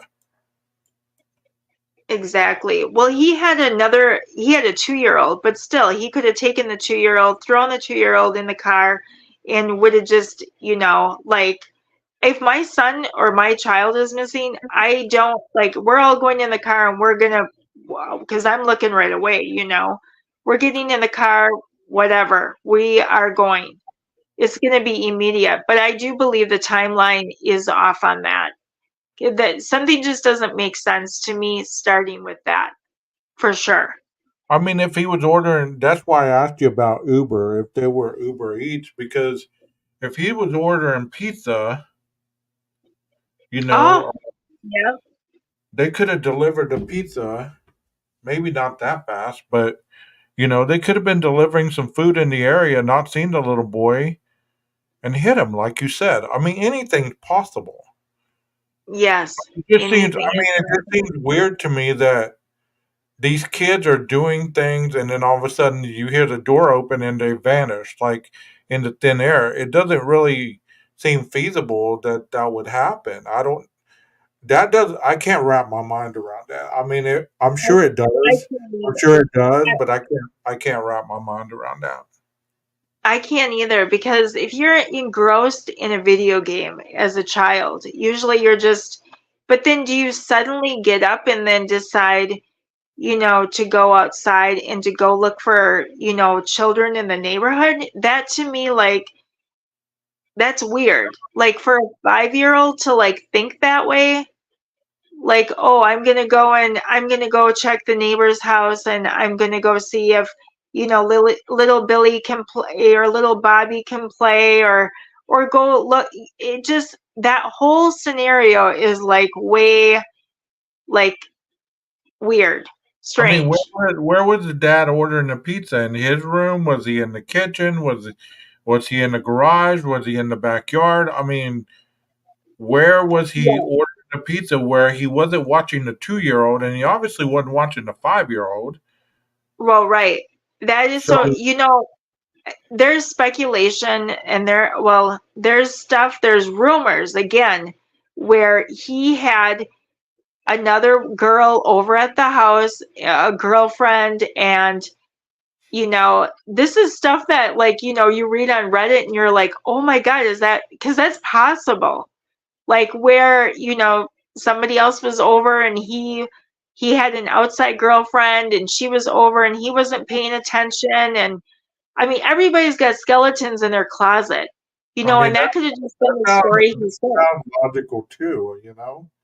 Yes, that does. It's like, why are you not focusing on your kids? Like, I would, as a mom, you just I'm know not, where your I'm not, children are. I'm not going against the parents. I'm not going to be that creator, okay? Yeah. But Yeah. it just sounds to me like these questions that I'm asking would be normal questions that the parents would, the police would ask a parent. Like, okay, what were you doing that took your mind off the 5-year-old? If he's playing video games, I get it. But all of a sudden, you don't. I mean, they usually make noise or screaming or they're jumping around, whatever, while they're playing. And then all of a sudden, you don't hear that. And then you come out and there's nobody there, and then you're like, okay, he's not in the kitchen, not in the bathroom, not in his room. Let me head outside. Right. That's just my thinking. I mean, but not everybody No, thinks like that, that. You know what I mean? no, I'm totally with you, because I'm just like, it starts, the story at the beginning is like totally doesn't make sense to me. And then when you start getting into the Wandras, that's a whole different like can of worms. And definitely don't want to, judge the family, the mom or dad, because a Right. missing child is, definitely very traumatic. I understand, I don't understand because it has never happened to me, but I'm empathetic and compassionate enough to know that that would just be devastating. So I'm See, I not, wonder, you're I right. wonder, I wonder if this is the house because it's blurred out. You see the blur? Yeah, that makes sense. And you sit on the corner, and that's the corner, like I had mentioned. Or maybe the 2-year-old plays with this. I don't even know what that is. That looks like a squishy, like one of those squishy, like where did that come from? That's so weird. For real. I'm saying a little kid plays with it. It looks like something that you would kick across the yard. You would lay on Yeah. it. You would bounce off of it. You would throw it at the dog. I mean, the dog would chase it. It's just a piece of foam, is what it is, with a Yeah. It covering is. with with numbers on each side. Like you got the 1, you got the 4, you got the 3, and then there's probably the 6 on the other side. It's Yeah. like, what is that? There's like That is so gunshots going strange. off. There's gunshots going off or something around here. Why is Please, that? because I just heard like 2 boom, loud Oh, boom. really?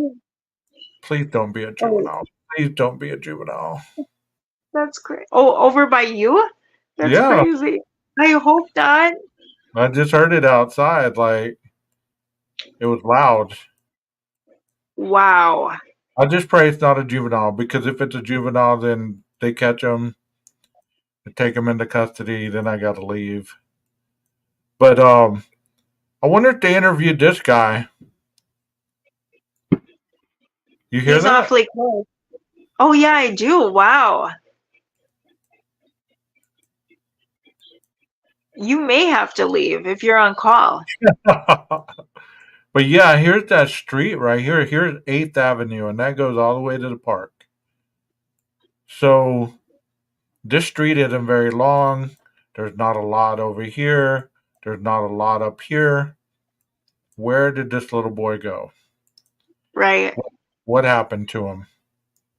You know, there's nothing over here, you know, and we don't know if this was grown up in July. I don't even know what this is. So I know over here they have like wheat and stuff like that. So if that grows up, it's tall. It doesn't look Right. like corn. It doesn't look like corn stalks. No, I don't. It's not. I don't think it's corn. We have corn where I am. Lots of cornfields. That doesn't look like corn at all. Could be soybean, maybe. I'm not sure. Yeah, Whatever. no I'd either. have to look. Ge- uh, geologically, I'm not sure, or agriculturally. Sorry, I said that wrong. I'm not sure what Right. Idaho produces most of. Well, I hope that they don't let this case go cold. I mean, it's sad Yeah. that other cases get so much attention. I didn't even know about this case. I didn't. Oh, Paula says, I bet it's alfalfa. Okay. Does that grow Okay. tall? Yeah, that makes sense because look at the bell. Thank you, Paula. Yeah, look at the bells. And that makes Oh, sense. that would make sense. Okay. Yeah, so I mean, I hope nothing really. I mean, what is it? 3 years now? Yeah, he's 8 years old now. So, he could be completely changed. I mean, he could have brown hair, green eyes, you know, if he was You're, abducted, you're he right could be about that. completely. You're right about that. If a family who can't have kids, or maybe somebody has a family member who wanted a little boy, they saw him walking, they grabbed him. Yeah, He could be living a whole different life right now. He might not be, you know, yeah, about 2 inches when harvested. That area is known for hay production. Okay. So he could be living a whole different life. We never know, we never know. I know. It's so sad. That just I tripped me out. That just tripped me out about the Snake River. It just, That's a like, long river. yeah. But I was thinking, well, maybe there's some stuff, that he could have hurt himself or, got trapped in. But overhead, you don't really see any manholes or anything like that. They've Not, they've investigated. They went through the fields. But then like there's farm equipment. What if he was playing on top of farm, like a tractor, yeah. and like a farmer, saw him or found him? I mean, I don't think that's the case, but anything truly is possible. And I mean, because this case, it looked kind of flat. it's very flat. And here's the river. But there's still brush along the riverbank. So even if Mm-hmm. you look at all the brush that you'd have to walk through, this is like woods kind of stuff. You'd have to walk through a trail to get around all that. See if you walked at the end of it. That just doesn't seem feasible to me. A little 5 year old would not just take No, off walking aimlessly without some place to go. Maybe I wonder if the family had any friends that lived on that street, then maybe he was looking for their house with kids to play with. that could very well be because they said, he was looking for kids to play with. And his mother, Brandy, had actually said one other time this has happened previously where he did actually go out and look, um, wander off because he does have an older sibling and he watched his older sibling go off. So you know how kids get. They get something in their head and then they emulate, Hmm. they look up to their brother or their sisters and, they want to be like them and, do the things that they do. And so he could, who knows, he could have been thinking that. I'm always trying to wonder too what excuse me, what kind of, what, like outside the box They're and very put my curious. mind in it. They're very curious at that age. They're 5 years old. They're still very inquisitive. They're very curious, and at this point, Yeah, they're able to walk around. So, I mean, why wouldn't you have if you're not going to be watching the child? Why not have the door locked in a way that he can't get out? If you're going to be doing something else, you know what I mean? for sure. Yeah, Blondie said there was two men living with the Wanderers, and Ellie wanted to bring them back for questioning. I wonder what those two men, what kind of connection that family has to this, though. that's what I was like in all my research and all my like looking into this. I'm like, how do these people, just random strangers end up at the Wanderers? What, you're right. What kind of connection do they actually have to them?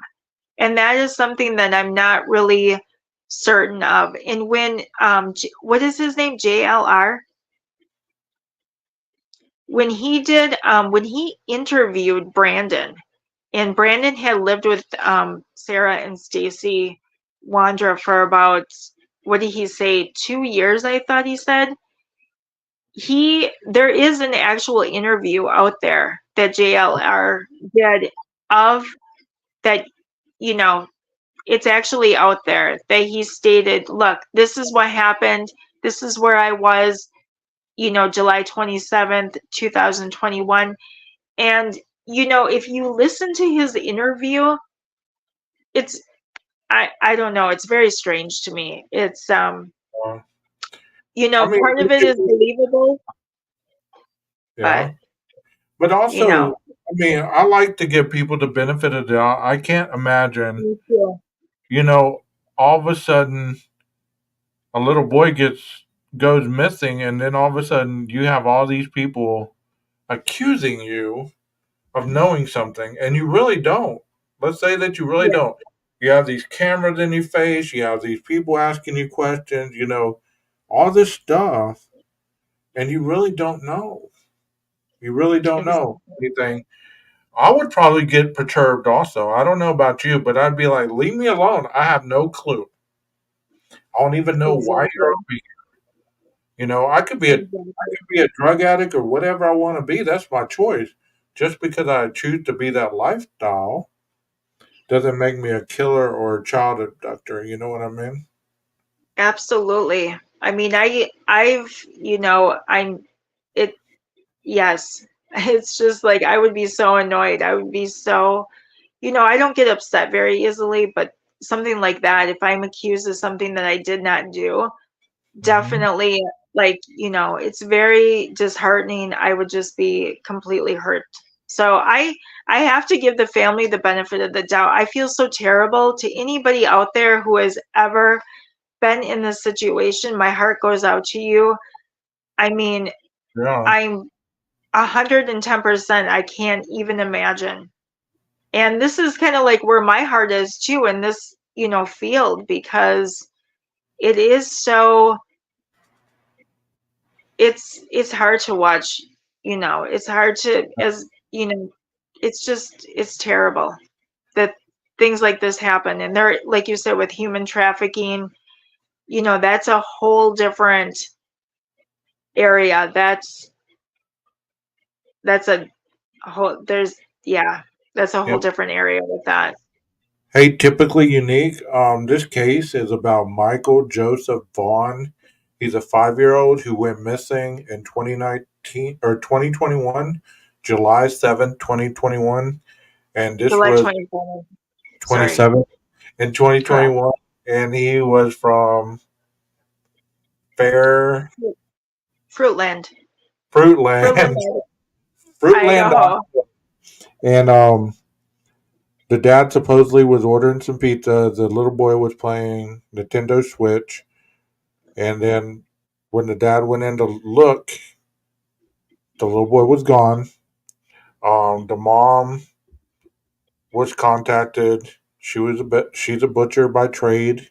Um, I was showing the area where the missing poster said that he went missing, and we were just talking about many scenarios that could have occurred for this little boy to have gone.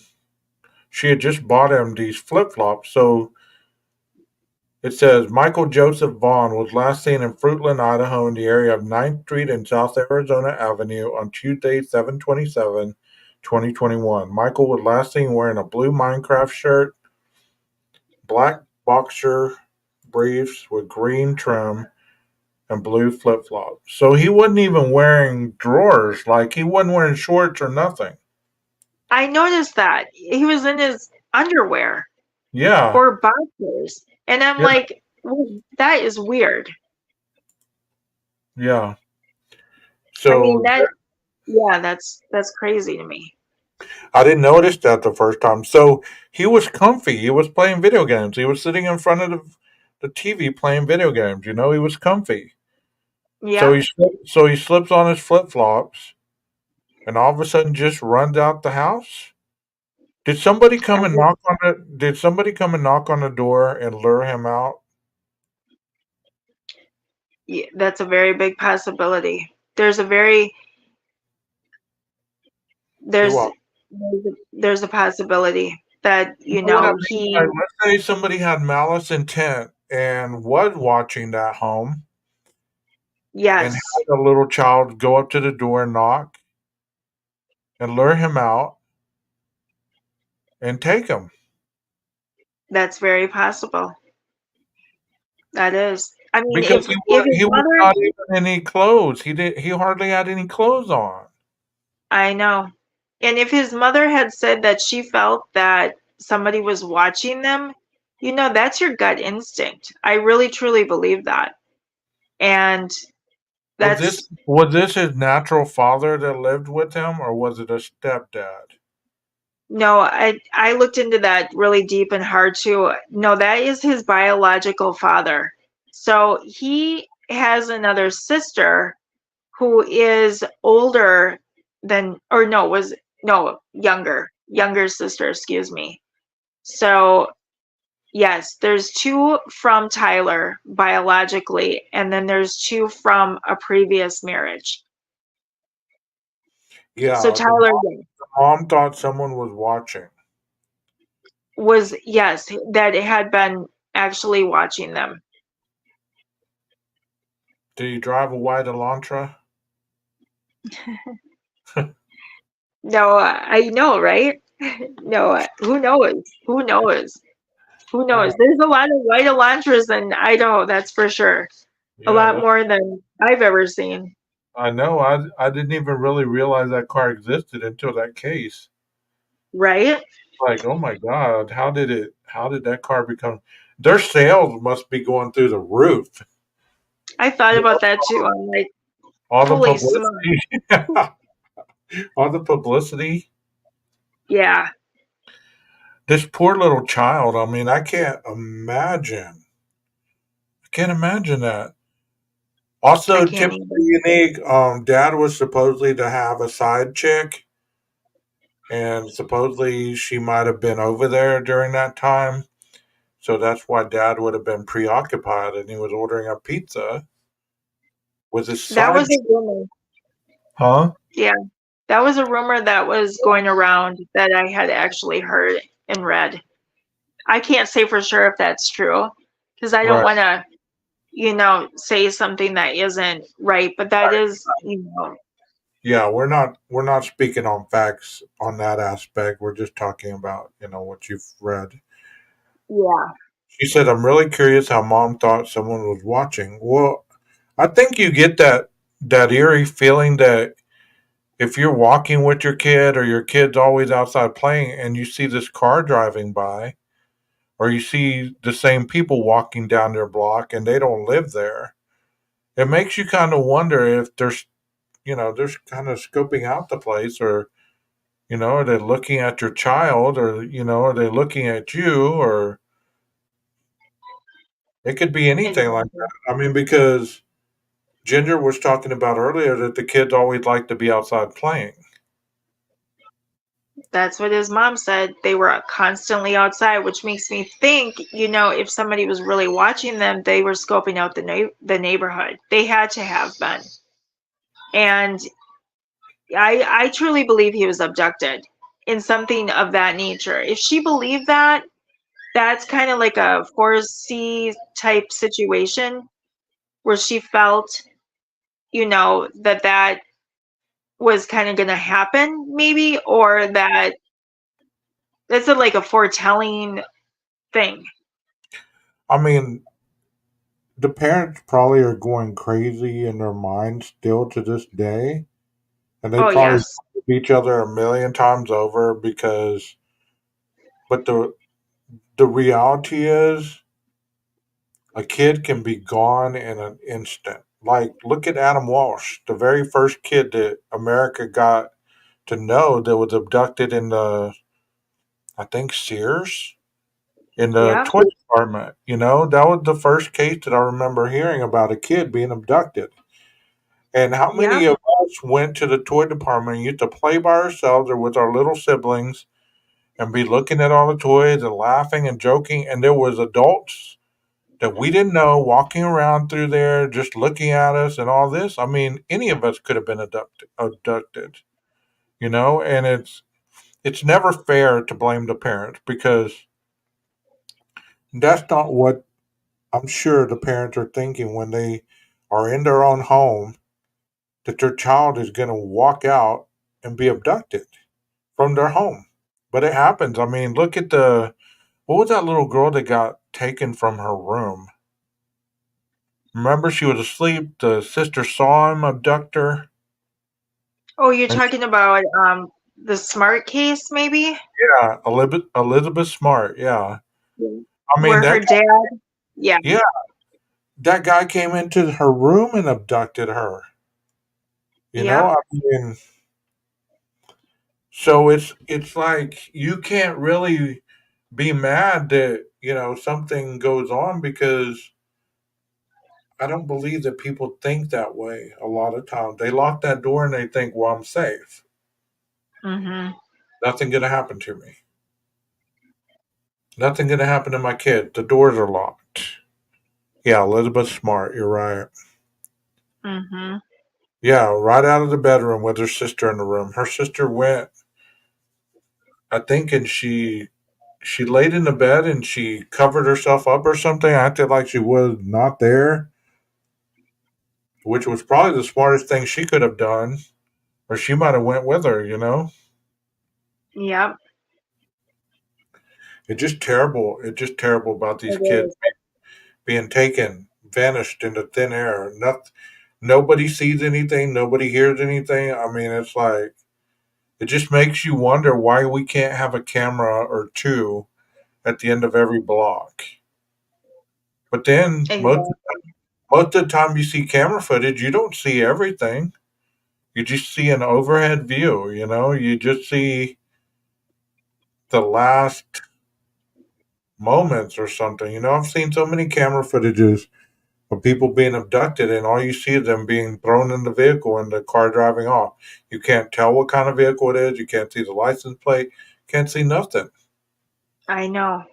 I don't, it's so weird. I mean, we have all this technology, but we have terrible CCTV footage. It's weird.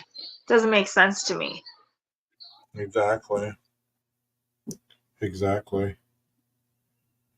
Well, this is an interesting case, and I'd like to follow up on it again, and maybe we could get some addresses. That way, we can really go on a map and pinpoint where he was Yeah, living, and let's do that. maybe tell the audience, an update on this. And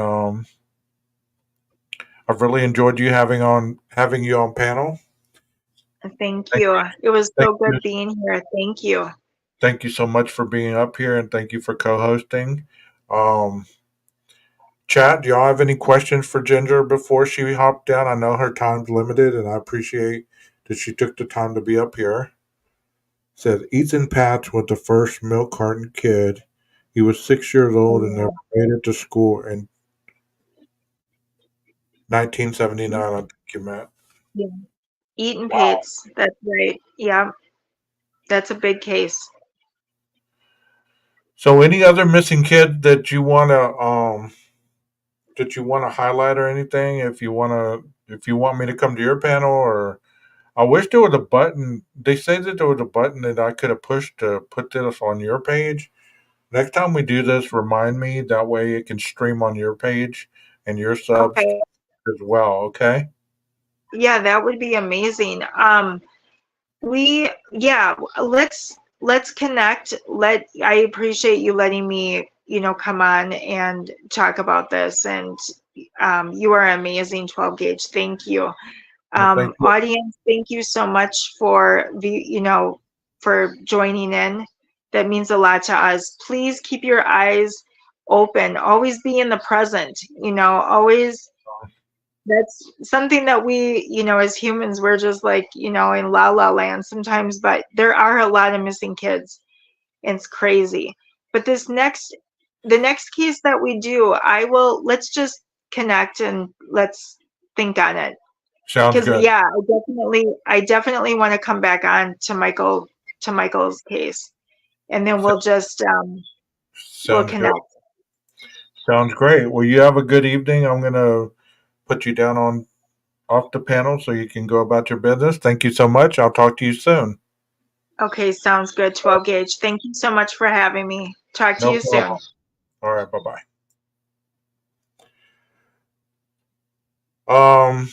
Yeah, mods. If you post her channel link, it is under Ginger Peoples. She has a channel. She's a creator. She's very small right now. She doesn't have a lot of mods. I mean, not mods, subs. Um, so if you could post her link or just look her up on the search bar, it's under Ginger Peoples. Um, Also, those of you that came in late, I was saying about the memberships. I've lowered the prices.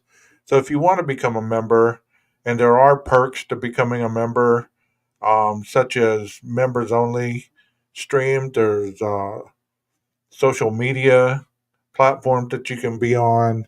And I even contemplated doing maybe having a one-on-one with a member, or maybe a chat, uh, a stream with the members only.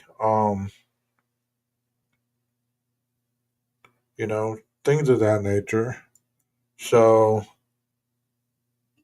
let me see if I can find her link right quick because I have it.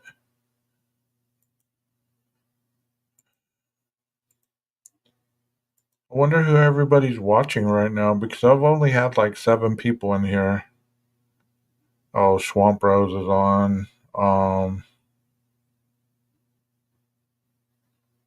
Yeah, there's a lot of people on, so it was not a good night to be on. But I enjoyed it anyways, regardless. Always think that children that are missing are more important than anything because they need to be constantly in the spotlight. Because if you take your mind off of them, um, they kind of get swept under the rug.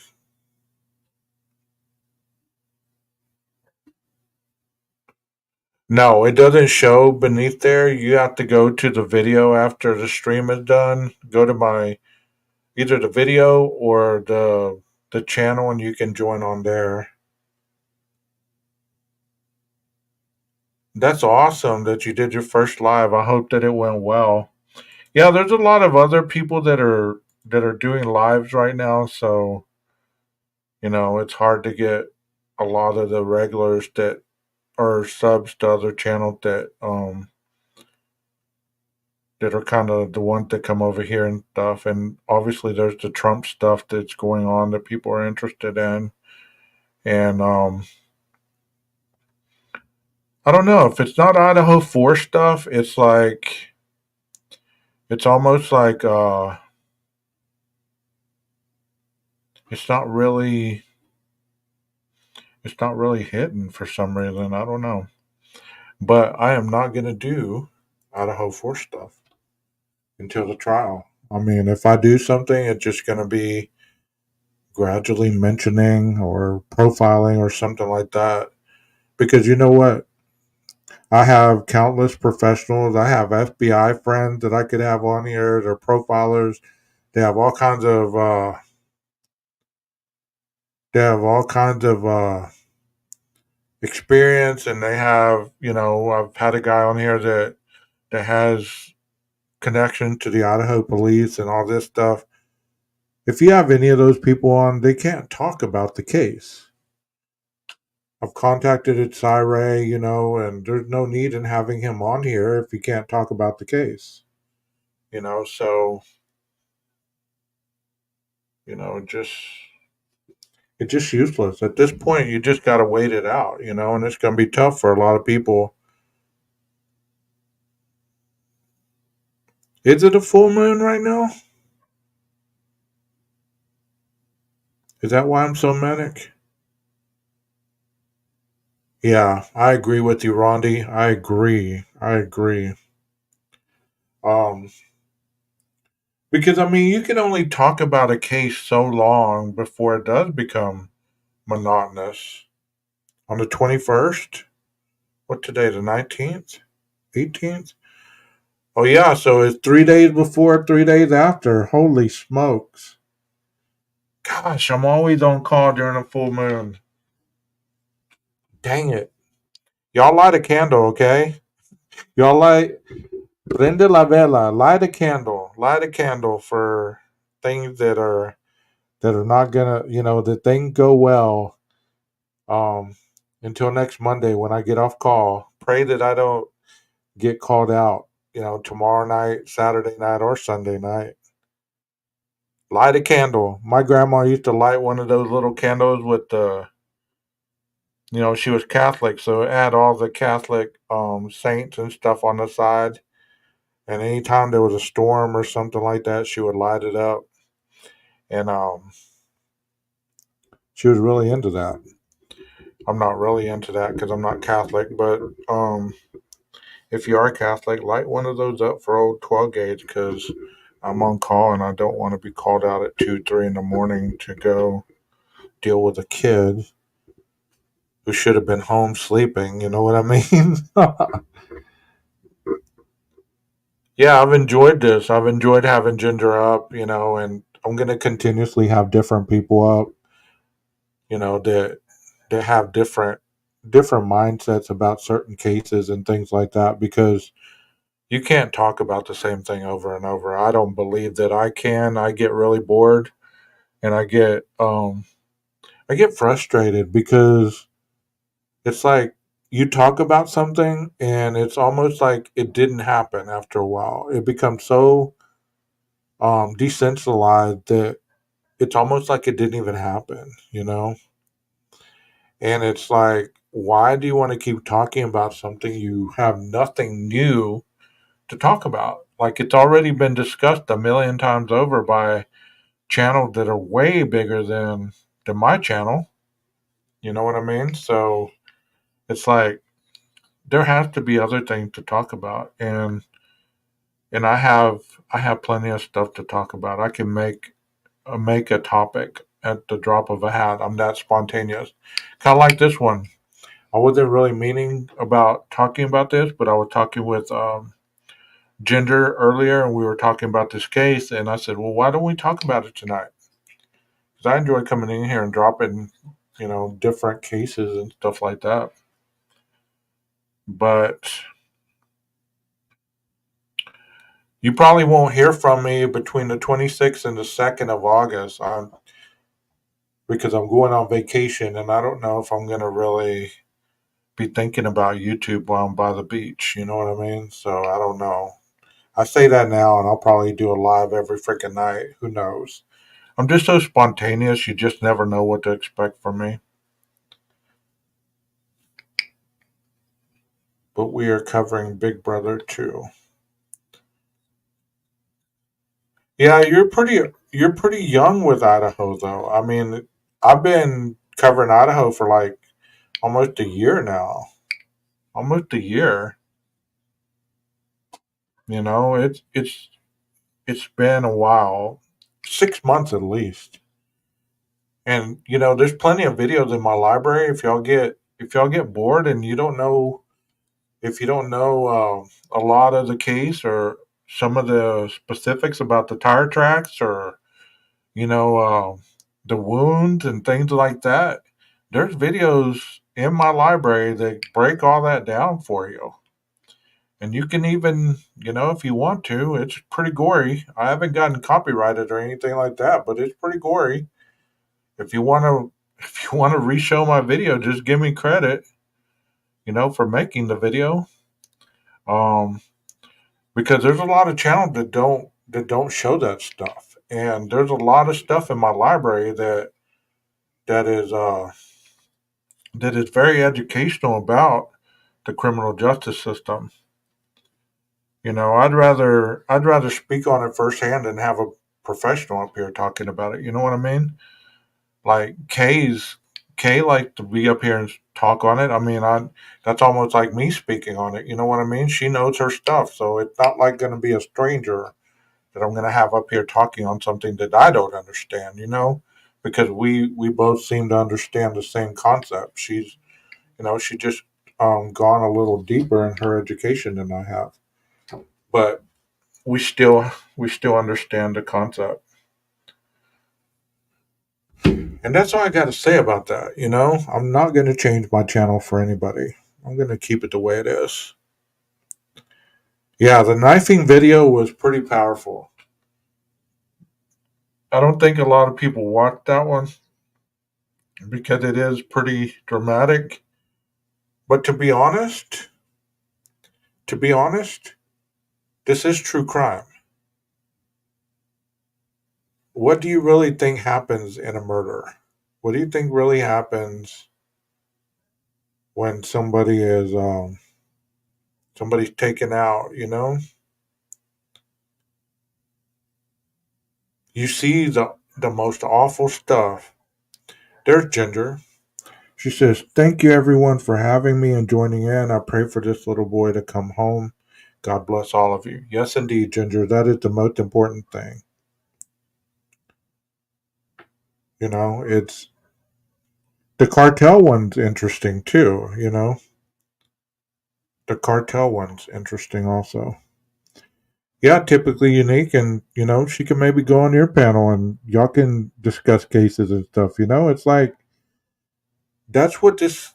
I envision this community be as welcoming as that when I first started my channel. I thought, you know what, we could all collaborate together. We could go on each other's panels. We can discuss certain things. We can bring our insight. We can bring our expertise. We could bring all this stuff together and we could discuss it And then we have the chat who's even discussing more of it, and it just would flow. I didn't know it was so dramatic over here. Like, I didn't know it was so territorial. Like, there's creators that don't like their sub to go to other channels. They don't like their mod to go to other channels. They don't like any of that stuff. Me, I don't control anybody but myself. Um, and yeah, Kay, if you have time in the future, maybe you could go on Typically Unique channel as well, because they're trying to start a mental health channel. And I mentioned you earlier or a couple weeks ago. I don't know if you'd be open to that, but y'all can talk it out if you want to, if you want to, and if you want to, when I get your permission, I'll drop your email to her name's Kim and her husband's name's Carlos. You've seen them on my channel before. Um, yeah, I believe in networking and helping each other grow. We all have our strengths and weaknesses, and none of us know everything. So, I don't understand all the animosity. I don't understand all the fighting, all the drama, all the name calling, all this stuff. This is my channel. These are my people. This is this and that and this and that. I don't understand all that. I believe in building everyone up. I am going to do something. I'm kind of nervous about it, but I'm going to do it.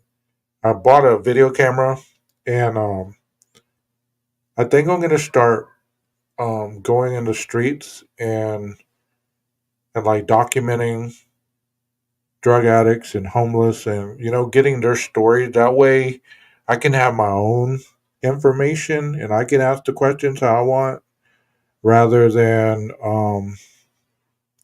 using somebody else's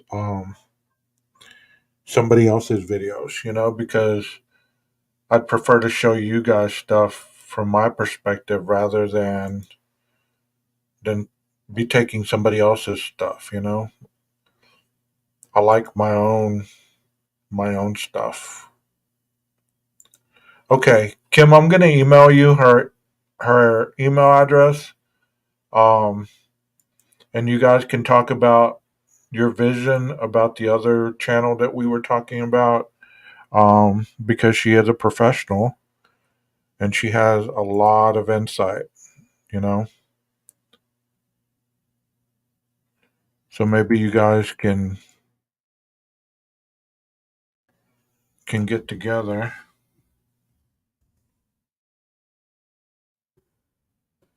get something working out. Where's the CC button? There it is.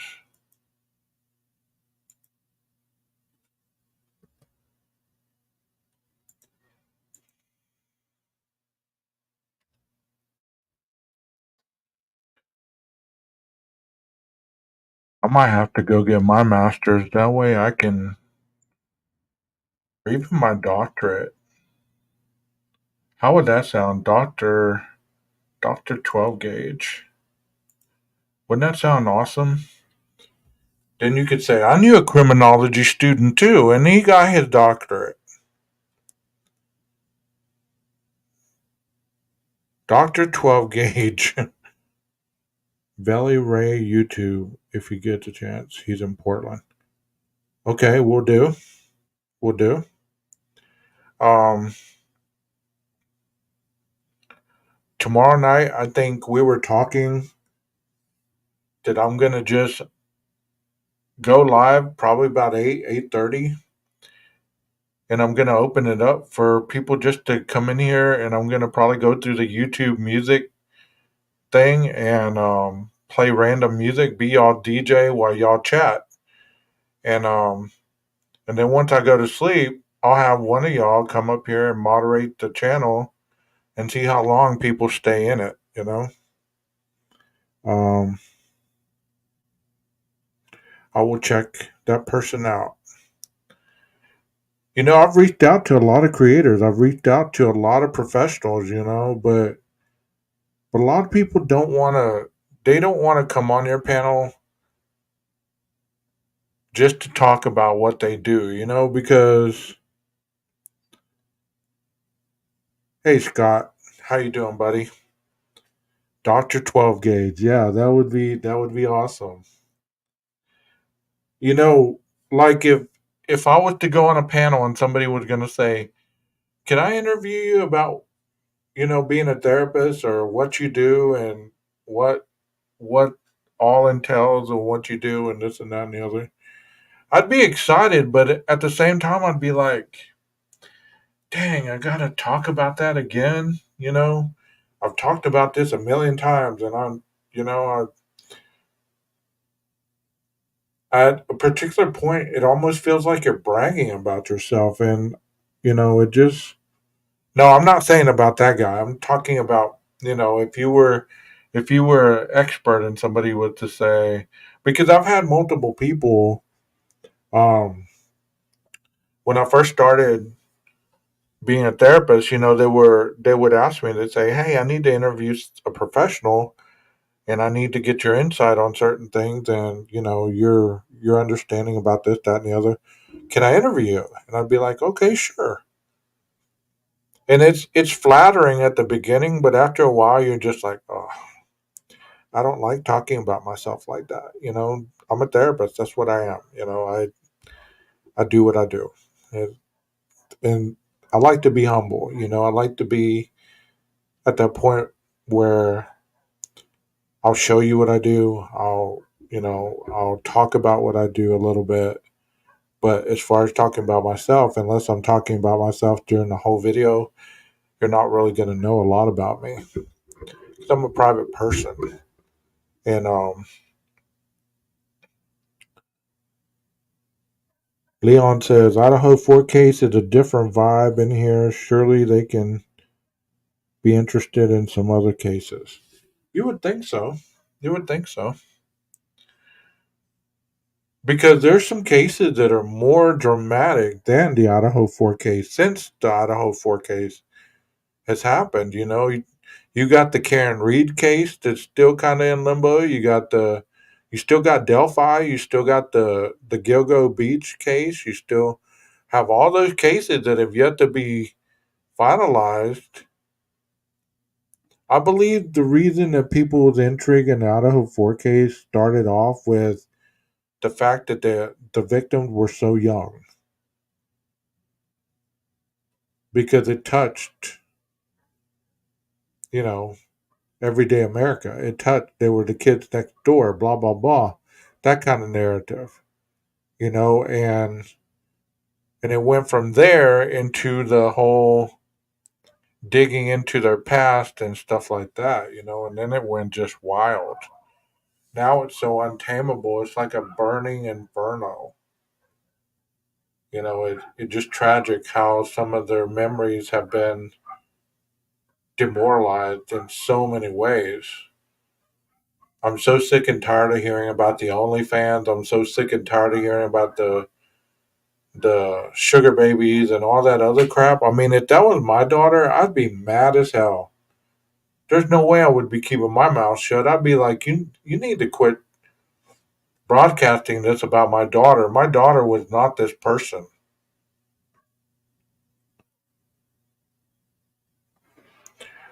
Well, I know that Melissa Jade did a lot on that Letitia Stouch, and I was gonna do the watch case some more, and somebody got smart with me in my chat, and they said that's already been done and over with.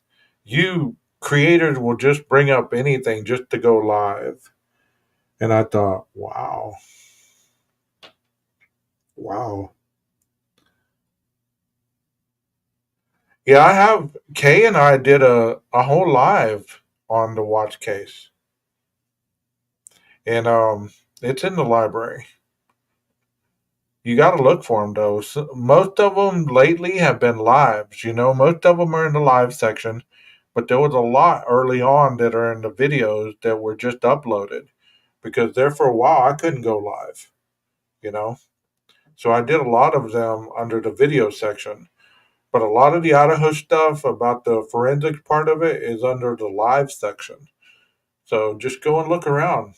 There's plenty of video. There's plenty of conversation. There's plenty of information, and there's different types of people on my panel that helped, discuss certain things. Jeff H and I, we talked about the Idaho case one time, I think for like 4 hours. It was one of my first videos, and we talked for like 4 hours on it because I was so intrigued by it. But at this point, nah, I can't talk 4 hours about it. Yeah, Kay and I did a the watch case. She has a little more insight than I do on the Watt person, but she did a great job. LMO, how you doing? I'm glad you're in here. You need to send me that information so that I can help you out with what you asked me in the comment. I did read it and I responded to it. Um, Unfortunately, at this time, I'm not putting my email out there because I've had some issues with people in my email. So if you if you wanna if you wanna I don't know how to do it, but just let me know if you want me to highlight that case, and I will definitely do it. I don't mind doing it. You just need to get me the information, okay?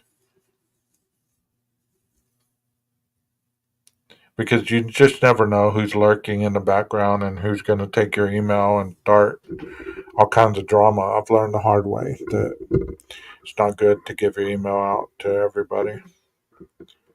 Maybe you could put your email in the community tab and I'll erase it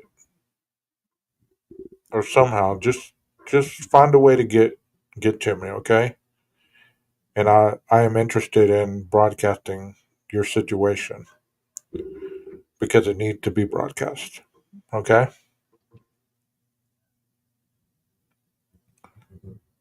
So y'all don't think that what's his name, Watts? You don't think Watts is guilty? Is that what y'all are saying? Y'all don't think he's guilty?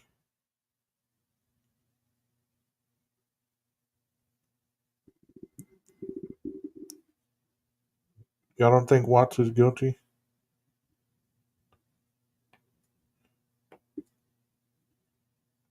Yeah, I started watching her today, and she is very to the point, and she does have some good insight. But she basically been saying what a lot of people have been saying. Who, you know, I heard a one about the cartel, and I basically said the same thing. Kay says guilty as charged. Somebody says that they feel that he's innocent, or you feel he's guilty. Leon says totally guilty. I think he is 110% guilty. Yeah, I think so too. Yeah, people need to get over the freaking cartel angle because it didn't happen that way. It didn't happen that way. The frat didn't do it. They weren't living mysteriously, earning money. I mean, it's sad to memorialize somebody based on you feeling that they're so incapable of having money that you think that the only way that they're going to get money is by some nefarious act. Like you got to sell drugs, you got to online and solicit things, or you got to be on Tinder and be going out with rich men and this and that and the other. I mean, that just I don't want to say stupid because people believe in that, and that's understandable. But these were college kids. What if they were your children? Any of these four could have been your children at one point in life.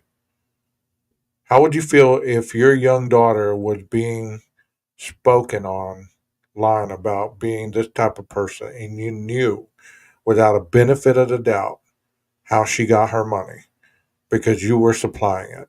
You were the dad, you were the mom, you know? That's what angers me so much because We all have a past. And God forbid any of us do anything to go missing or something happens to us because they're going to dig into that past.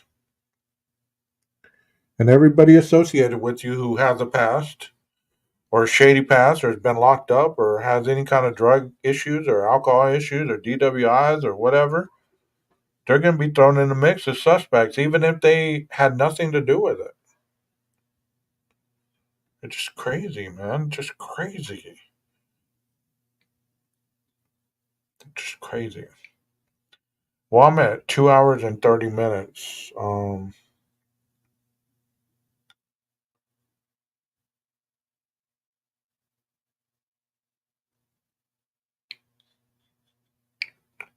Did you put it on the community tab? Because I'll email you if it's on a community tab. I can go and look.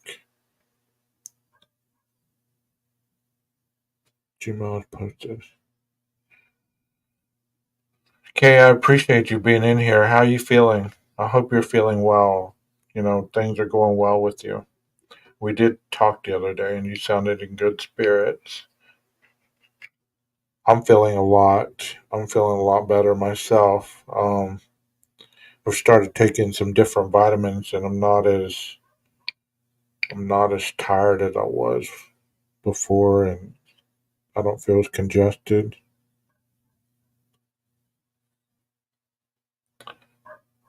But that's all I really got to say tonight. I mean, I hope you enjoyed it. If you enjoyed it, please hit the like button. If you know anybody who might enjoy the channel, invite them over. They're invited as long as they're not drama or they're looking to make a name for themselves, trying to start drama in the chat or anything like this, because the chat's pretty chill. The chat's pretty chill, and I like to keep it that way because you just never know who's dealing with something or they're having a bad day and they really don't feel like putting up with a lot. And there's sometimes I don't feel like putting up with a lot either, so you can definitely tell those days. But, anyways, I need to get off here, and you guys have a wonderful night.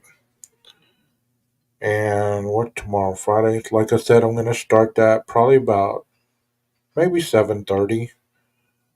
I'll be in here DJing for y'all, and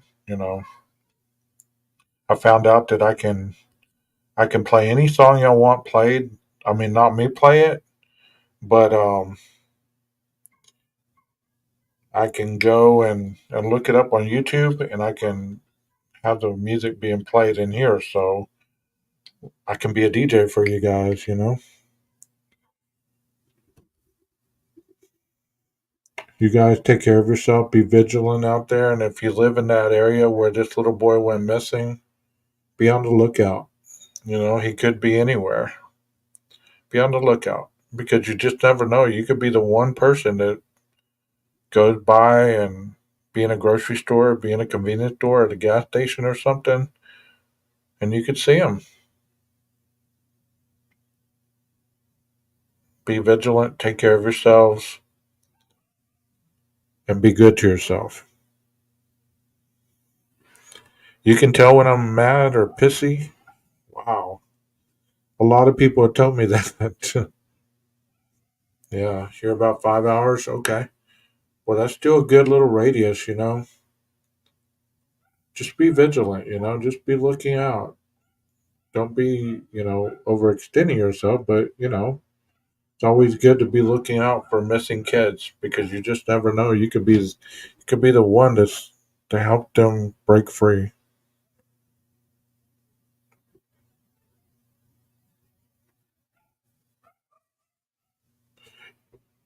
Yeah, I kind of would be, but it is what it is. Whatever. But you guys have a wonderful night.